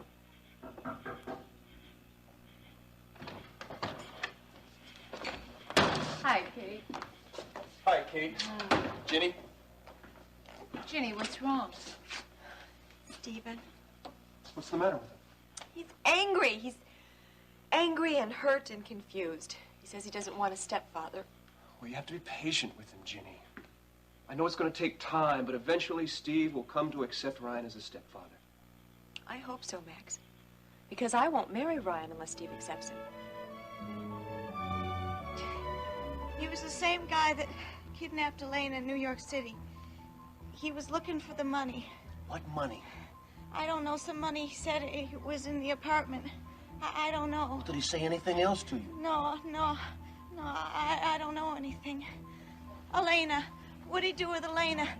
Oh, Courtney! It's okay, Courtney! it's okay. Just take deep, regular breaths and try to relax as much as you can. There's something wrong. I shouldn't be having the baby so soon. It's okay, we're going Courtney, to the hospital. I'm scared. Right now. I'm scared. You're going to be just fine. No.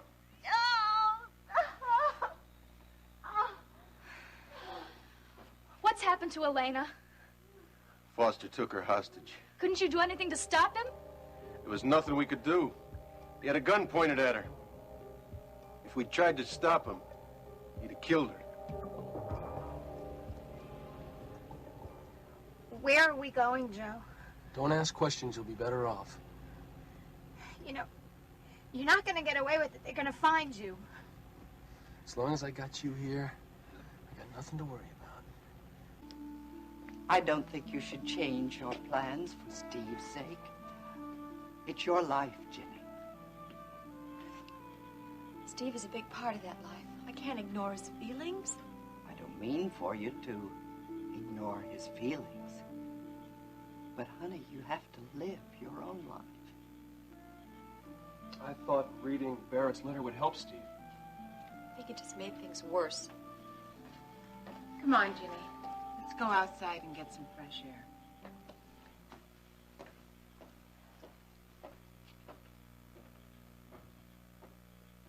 I just don't think that girl can take much more. Ginny will be fine, Kate. I can't bear to see her so unhappy. Well, this is not a very happy time for you either, is it? I just wish I had known how sick Barrett was. I didn't know either. But he was my grandson. And he was my best friend.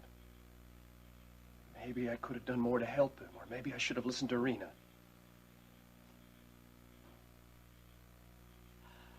Well, there's not much point in our talking about things that are past now. Oh. I'm so grateful that you're here. Well, we ran this ranch for a long time by ourselves, Kate. All those years that Barrett was in Cambodia. I guess we can do it a while longer. You weren't married to Rena then. You had more time. Well, I'll make the time. Don't worry. We'll manage. You know, Max. What? Without the Deckers, I think the Marshalls would have gone down the drain years ago. Now, you don't believe that any more than I do.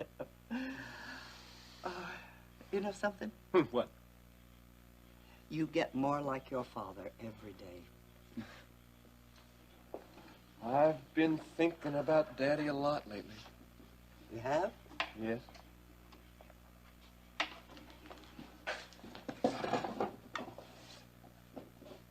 Rena and I are going to start a family. Oh, Max, that's wonderful. Oh, I knew you'd be pleased. That's the best news I've heard in a long time. You remember how Daddy always used to worry whether he'd have grandchildren to go on ranching? You know, he started worrying about that when you were about 14. Before he died, I promised him there would be Deckers ranching for 100 years. And now I'm going to make that promise come true. Thanks to Rena. I'm sorry I fell to pieces like that. Oh, Jenny, no wonder you feel like that. Do you realize what you've been through? You know, this whole thing with Steve is all my fault. It wasn't all your fault. Rena, I told him over and over again that the reason I was leaving Barrett was because I couldn't live with him anymore. I kept telling him I wasn't leaving Barrett because of Ryan. He's too young to understand that. No. If I would have handled it right. I thought that Steve knew that Ryan and I were going to get married eventually. I just assumed Ginny, that... no matter how you handled it, Steve would have been angry. He won't even talk to me now. That won't last very long. Believe me. I know how you're feeling. You can't let it tear you up to pieces like this. You know, I thought if we came back and lived here on the ranch, that would help. It will. You just need some time. Did you go into town this afternoon? Mm-hmm. I want to talk to Mother. I started to pack your bags. I was going to bring them out here for you. I guess I'll drive into town tomorrow and get those things. You and your mother are much closer now, aren't you? We didn't plan it. As a matter of fact, I didn't even think about it. Oh, Ginny, I have spent half of my life trying to convince myself that I didn't need her. She loves you very much, Rena. She was always there for me. All I had to do was put my arms around her and make the first move. I didn't do that until the other day. Did you blame Vicky for leaving you? Yes, I did. I guess I thought it was easier than to admit that it was my fault that she and Stryker broke up. Wonder if that'll happen to Steve. I think it's an entirely different situation, Jenny. Steve will be all right. I promise. You always keep your promises? Almost always. All right, I want every square inch of this place. I want it searched. Does Frank wear glasses? No, I've never seen him wearing glasses. Found those in the bedroom. Anything else? Yeah, a cap and a pair of work gloves. Okay, have him checked out. Hey, honey. What's going on around here? What are you doing in here? I was just about to ask you the same thing. I live here, man. Your wife said you were on your way to Nashville. That's right. I'm supposed to be there right now. Change your plans? We'd engine trouble. They kept us on the damn runway for 2 hours before they scratched the flat. Well, now, isn't that a coincidence? You missed all the action. What are you talking about? What action? Where's Nita? Where's my wife? I'll answer your questions, Billy Joe, after you've answered mine. What's going on around here? Did you guys make this mess? Nita, you back in She's there? not here, Billy Joe. Where is she? Where the hell is she, Donovan? Now, take it easy. She's all right. They took her to the hospital. Why didn't you tell me that when I first got in here, man? She's having a baby. I gotta get to her. Not so fast, right? What's wrong with you, man? Let me go. I gotta see if she's all right. We're not going anywhere till we have a little talk. I didn't know it was gonna hurt so bad. Before and after each contraction, I want you to take 2 breaths, 2 deep breaths. Oh, it hurts. Regular breathing will help you relax. Now, the pain will come and go, and I want you to try and be ready for it. What's wrong? What's wrong, Courtney? Nothing. So far, you're having a perfectly normal labor. Okay? Now, 2 deep breaths. Good. Quick breath breathing. Quick breath breathing. What did I say? Good, good. Good girl. Good girl. Don't stop me. Do what I say. No, I can't. Do I it. can't. Good, good. Okay. Okay. Good girl. Good, good. No. Girl. Okay. It's over. No, no. Relax. Now, Nita, during the contractions, you have to do exactly as I tell you. Elena, what happened to She's Elena? gonna be just fine. No, she's not. I heard the nurses say that Joe Foster kidnapped her again. He's a madman, Courtney. He'll Nita, hurt her. Nita, He'll you kill have her. a I know baby he here will. to worry about. I don't want you to worry about Elena, okay? Poor Elena. Elena's gonna be Poor fine. Elena. The police will Poor find her. Elena. She's been through so much. He'll kill her. I know she will. No, he's got the money, and that's all they wanted. Elena's gonna be fine. They're gonna let her go.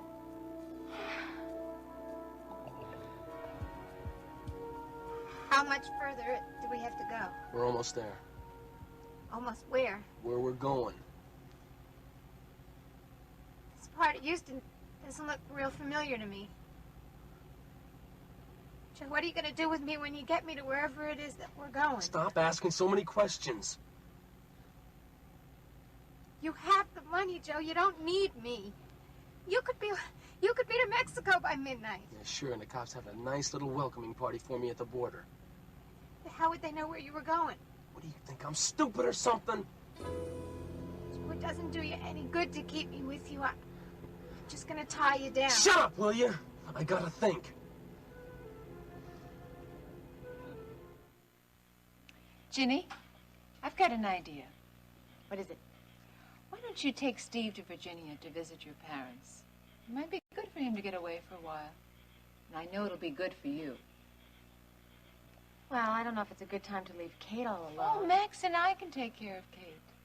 Think about it, okay? Okay, I will. Hi, Rena. Hi. Hello, Ginny. Ryan, did you see Max and Kate on the way in? Yeah, they're in the study going over the books. I think I'll go and see about supper. How you doing, huh? Terrible. Uh-oh. Haven't made any progress with Steve, huh? Ryan, he won't even talk to me. Oh, don't be so upset.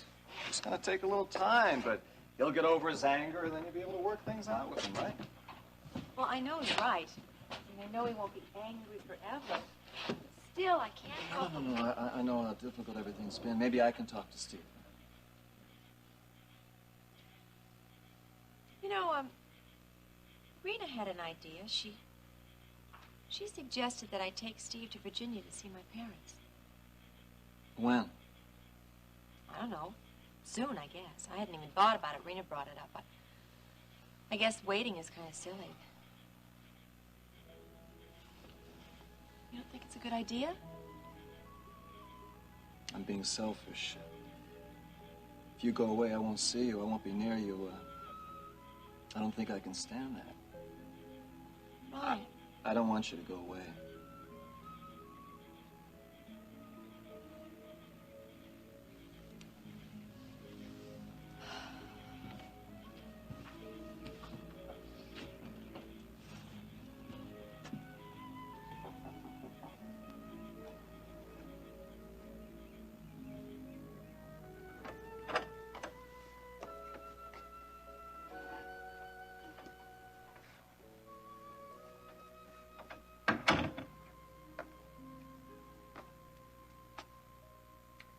Feel like talking, Stephen Marshall?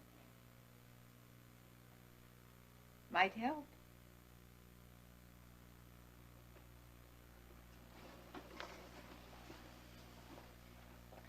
I know what you're going through, Steve. How can you? Because I went through the same thing when I was your age.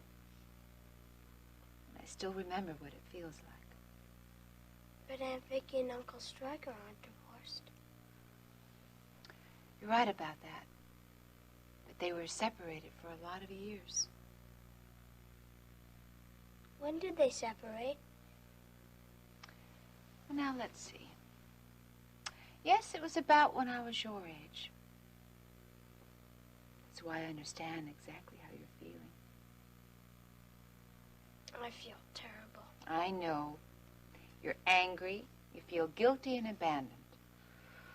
Oh, boy. I felt all those things, too. My mom doesn't love me. Hey, you hold your tongue. Your mama loves you more than you'll ever understand. Your daddy loves you, too. You remember, and I've never forgotten this, you remember that whatever is happening between your parents, it has nothing to do with their love for you. Nothing at all. I don't want to see anyone. I wouldn't know what to say to them. Well, honey, you just tell them the truth. There's nothing to be ashamed of. You see, lots of people are getting divorced nowadays, so they'll understand. You'll see. Rena? Do you think my mom and Dad will get back together again? Like Aunt Vicky and Uncle Stryker did? I don't know, honey. I wouldn't count on it, though. You see, it's a terrible thing when two people don't get along. They make everyone around them so unhappy. Darling, your mama doesn't want you to go through that. She doesn't care. She just cares about marrying Ryan. Hey, now that's not true. Steve, what she is doing is for what is best for you and what is best for her. She's gonna marry Ryan. You know something? I don't think she'll marry Ryan if you don't want her to. But it would be kind of terrible. Why would it? Because Ryan can make your mom happy. And he can make you happy, too, if you let him. You see, he loves you, Steve.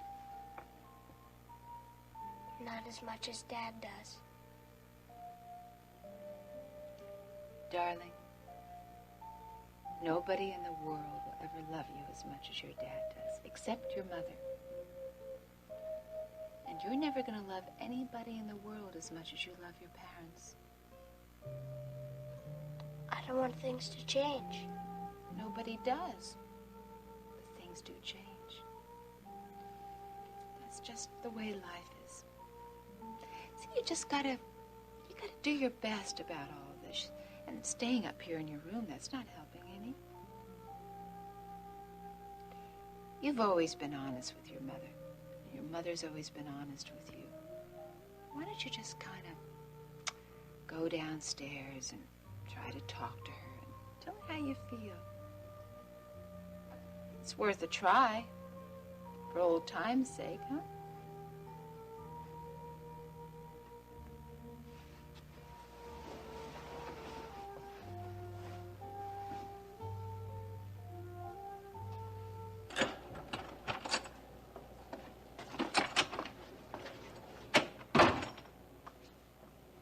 This is it. What's wrong? I've been here before. You got a pretty good memory for someone who was that doped up.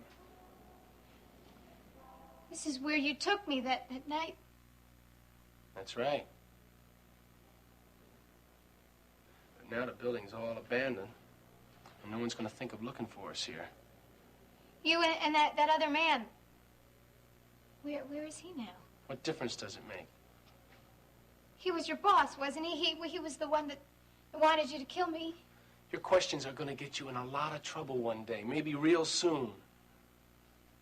How long are you going to keep me here? Till I can figure my next move.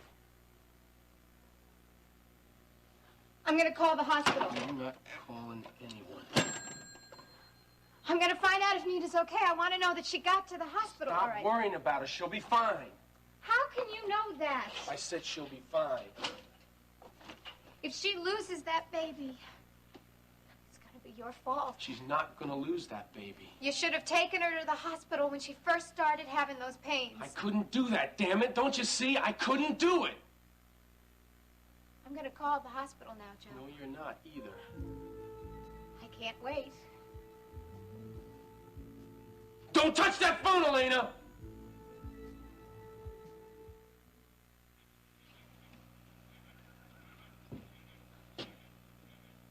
I'm sorry I shouldn't have done that to you. If you think going to your folks will help, then that's what you should do. I don't want you to be No, I can call you and I can send you flowers and I can even fly up and visit you, right?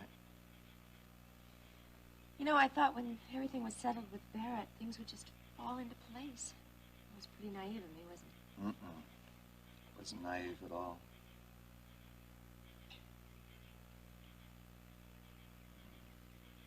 Why? Do you think we'll ever be happy? Of course we will. Just getting through all that stuff with Barrett, that was a difficult part, but everything's going to be easy from here on in, I promise. Oh, I don't think things will ever be easy. Well, they will be, I promise. Now, at least Barrett won't be any danger to you or any danger to himself. It's one thing we can be grateful for. I just wish things with Steve would calm down. Well, sir, I guess a lot of this is my fault. I put so much pressure on you about the house and about getting married. But I waited for you so long. I just wanted us to be together. Maybe you should be alone now and adjust to the situation and be free for a while. I don't want to be alone. I want to be with you. But I just think that Steve needs me more now. I understand. Well, I can wait a few more weeks, can't I? I'd do anything in the world for you, Ginny. Oh, you're so sweet and understanding. Hey, no. I promised I was going to make you happy. I'm going to keep that promise. Do you know what would make me really happy? What? To be Ginny Connor. Just name the day.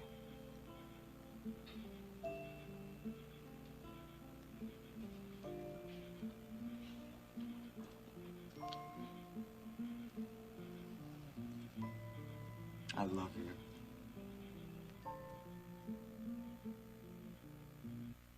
What are you, crazy? I gotta get to the hospital. There is nothing you can do there. What do you mean there's nothing I can do there? It's my wife. She's having my baby. I think they can manage without your help, Billy Joe. Now, I want to know what Joe Foster was doing here. Joe Foster? Yeah, that's right. The same guy that kidnapped Elaine in New York. He just paid a visit to your wife. What's he doing back here in Houston? I was kind of hoping maybe you could tell me that. Me? Now, how would I know? I never even met the guy. Oh, no? I don't even know what you're getting at, Donovan. He was after money, Billy Joe. A lot of money. $1 million. $1 million?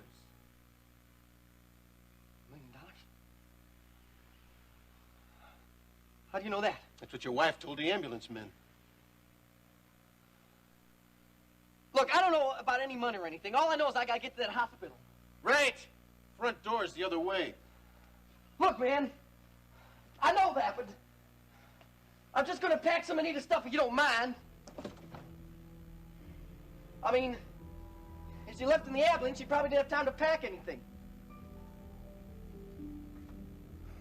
Damn, it's gone. Relax, Nita. Now relax and breathe like Courtney told you to. It'll help. I'm sorry, May. I don't mean to be making so much noise. Honey, you just go ahead and make all the noise you want to now. It'll help. That's good. That's good. Oh, I'm so glad glad you're here. Well, of course I'm here, honey.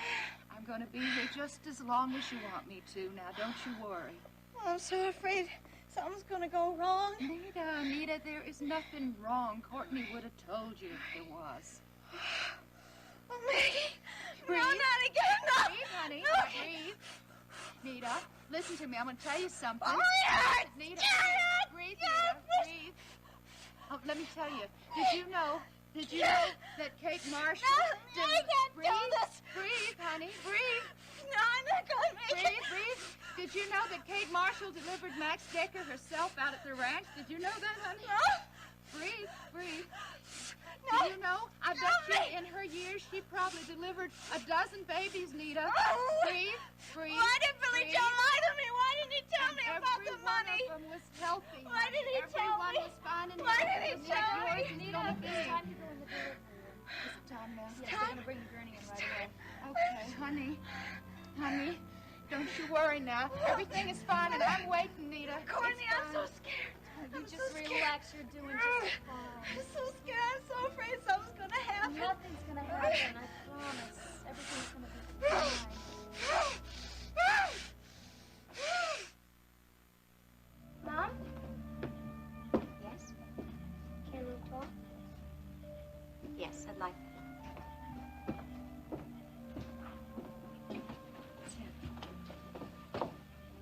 I'm sorry for shouting at you. Well, it's all right. You were just very angry. I understand. I blamed it on you, and it wasn't your fault at all. You're upset. People say and do things when they're upset. Like Dad? Yes, like Dad. I don't know what to tell Buddy. Well, I think you have to tell him the truth, honey. Just that your father and I had too many problems that we couldn't resolve, and we decided to separate. Should I tell Buddy Dad's sick? It's up to you, Stephen. Buddy's your friend. You have to decide what to tell him. Mom, Mm-hmm. when are you going to marry Ryan? Not for a while. I have to get divorced. Besides, I want you to tell me that it's okay first. I don't want you to think about that tonight necessarily or make a decision, but I want to give you a chance to think about it. I don't want things to change. I know that, honey. But you have to accept the fact that things do change. I know you're upset about your father leaving. Max says Dad'll come home when he gets well. I think Max is right. I think your dad will come home. Are you and Dad going to get back together again? No. No, we won't get back together again. And Vicky and Uncle Stryker were separated for a long time. Stephen, I know that, but your dad and I are a lot different. Even if I don't marry Ryan, I won't get back with your father again.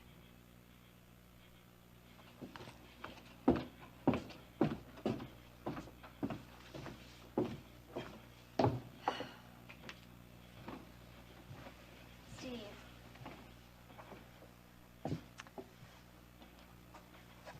What do you think about going to Virginia for a while to visit your grandparents?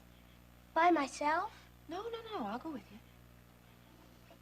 Maybe we both need to get away from this place for a while and think things through. Would you like that? That'd be nice. Okay. I'll call tomorrow and start making plans. Mom, Yes? I'm sorry if I hurt you. I know you I really do love you. are. I love you, too.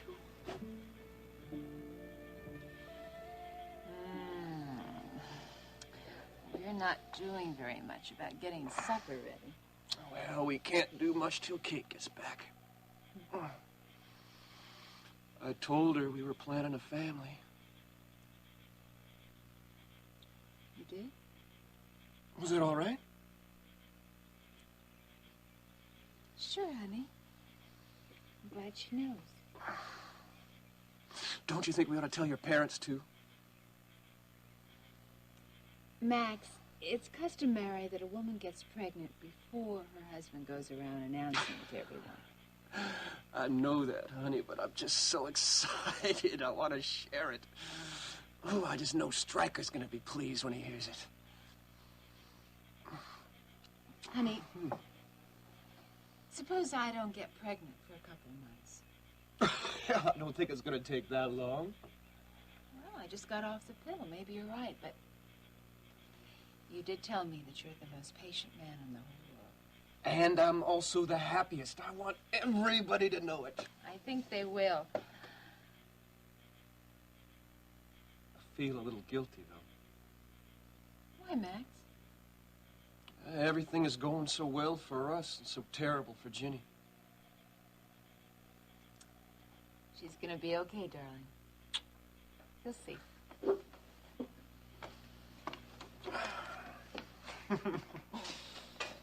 You know who else is gonna be real excited about this baby?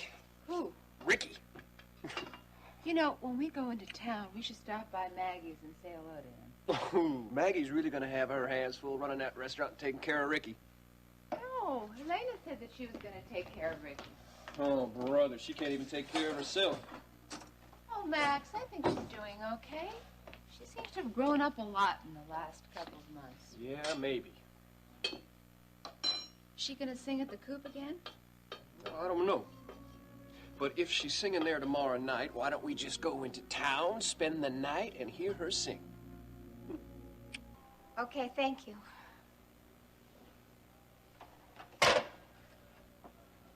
Just took Nita to delivery. What'd they say? She gonna be all right? They don't know yet. What do you mean? That's what they said. I think that there must have been some kind of a problem. Why you say that? Because the nurse at the information desk didn't want to tell me anything. Oh, hospitals are always like that. Why wouldn't they have told me if Nita was all right? She's gonna be fine. Why didn't you stop me when I tried to phone the hospital, Joe? I would have if I thought you were gonna do anything funny. Really? I don't really think that you're half as tough as you make yourself out to be. Don't test me, Elena. I just did. What are you trying to do? Not trying to do anything. Just don't really think that you would pull that trigger on me. You want to find out? No. I don't think you're a killer. I told you that on the boat.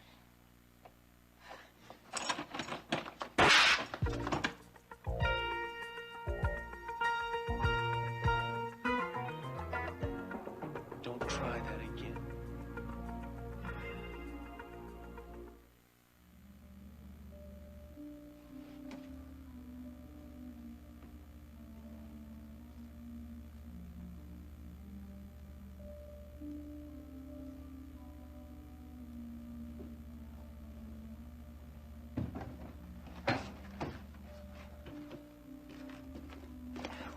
Where's Nita? She's still in the delivery room. How long's she been here? Over an hour. What's the problem? Why's she been here so long? Billy Joe, she's starting to hemorrhage.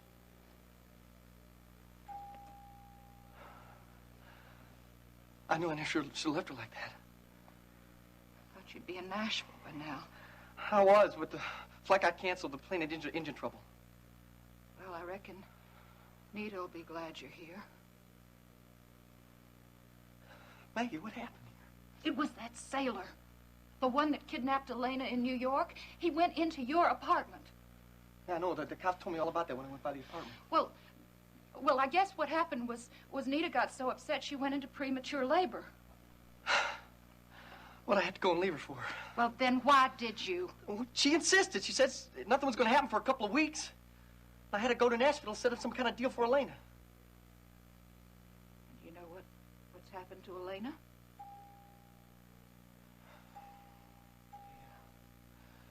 Detective Downing told me that Foster took Elena hostage. Somebody said he was looking for some money or... Billy Joe Wright, you look at me. I want you to answer one question for me. Do you know anything about that money? Why should I know what happened? Because you have been spending money like crazy around here lately. That's why. I told you, Maggie, just like I told everybody else. That was part of Elena's royalties. Now, you hear me good, Billy Joe Wright. If anything happens to Nita or to that baby, you have got me to answer to. Do you hear me? How do you think I feel, Maggie? It's my baby. Nita's my wife. I didn't have nothing to do with your foster coming around my apartment. You gotta believe that, Maggie. Doesn't matter whether I believe you or not, Billy Joe. Nita. Nita's the one that's got to believe you. And right now, I don't think she will. Talked to Buddy this afternoon. Oh? Yeah, guess what he told me? What? He said Justin phoned up and wants to buy his land. Why? Well, he probably thinks there's oil on it. Is there? Not a chance. Buddy's had more surveys done on his land than anyone in Texas. Well, is Buddy gonna sell? Well, he wants to, but wanting to put her foot down, she can't bear to part with him. Oh. Well, she's one that spends most of the time out there. But he's always off traveling with the rodeo. Yeah. I guess she feels the same closeness to the land that I do. She does?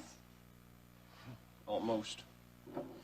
Hey, I saw old man Harper's granddaughter today.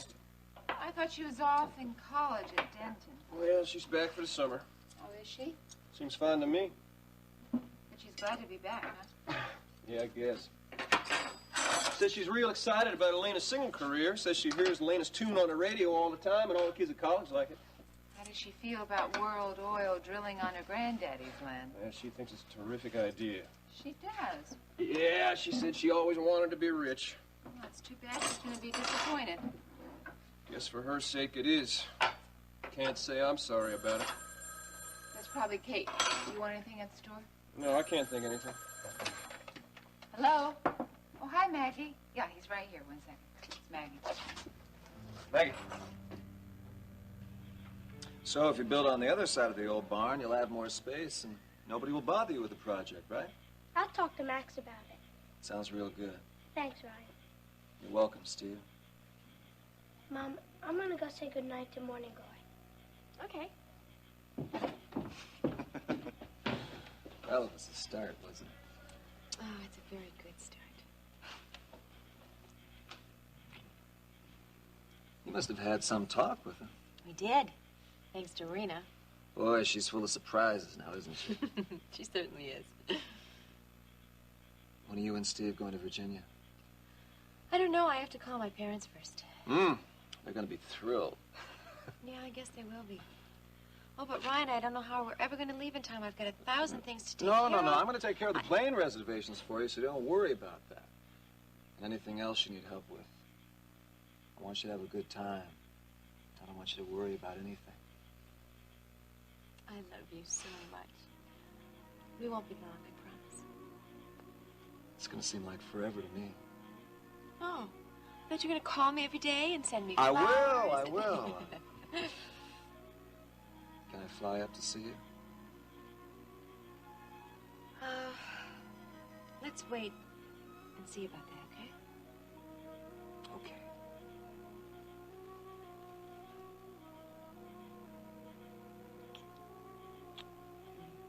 Uh-oh. Haven't we forgotten something? What? A reservation for Morning Glory. Ryan Connor, don't you dare tell Steven you said that.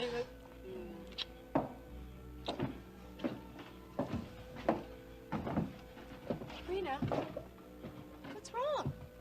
Maggie just called me. Elena's been kidnapped.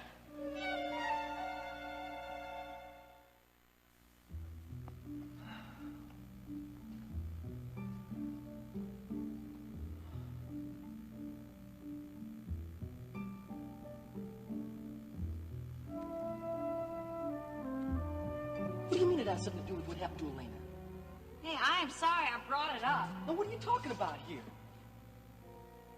Sometimes you get mixed up with the wrong type of people. Nita, that hasn't happened for a long, long time now. Oh, no? You think about that. What do you mean? When Bernie got himself killed, you and Elena were using his trailer. Yeah, well, we started using his trailer way before Bernie came back from Houston. And you know it didn't have nothing to do with Bernie being killed. You know that. Well, I didn't say that you did. You're starting to sound like the cops and Maggie and everybody else now. You know that's not how I feel. Well, that's the way it sounds. Well, that's not what I mean.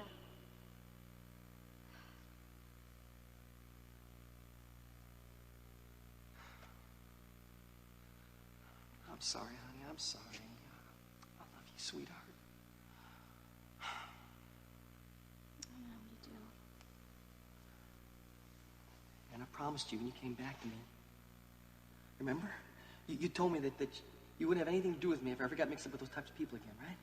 Yeah, I remember. And I promised you I'd never do that again. You remember that too? Yeah. Do you think I'd break that promise to you?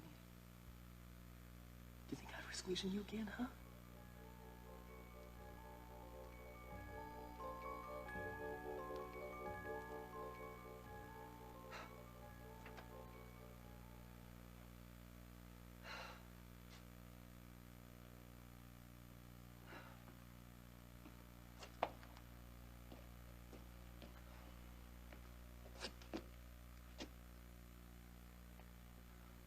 Maggie?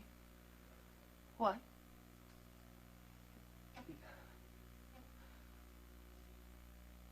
Do you think Nita's gonna be all right? I don't know, Billy Joe.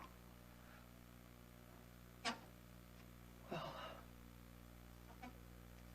isn't there anything we can do to kind of help her along, huh?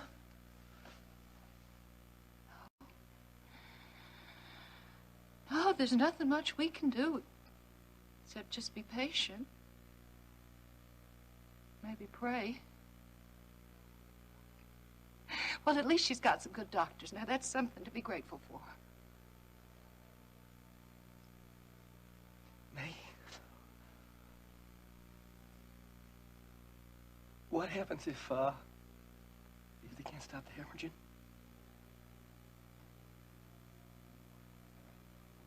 Why isn't he having so much trouble with this baby, huh?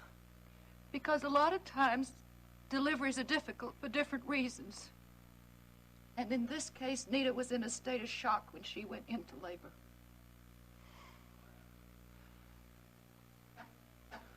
She's got to pull through this, Maggie. She's got to come out of it all right. She's just got to. I love her too much to lose her. Mr. Wright? Yeah? You are the father of a fine, healthy son. What about my wife, Nita? They're doing everything they can for her.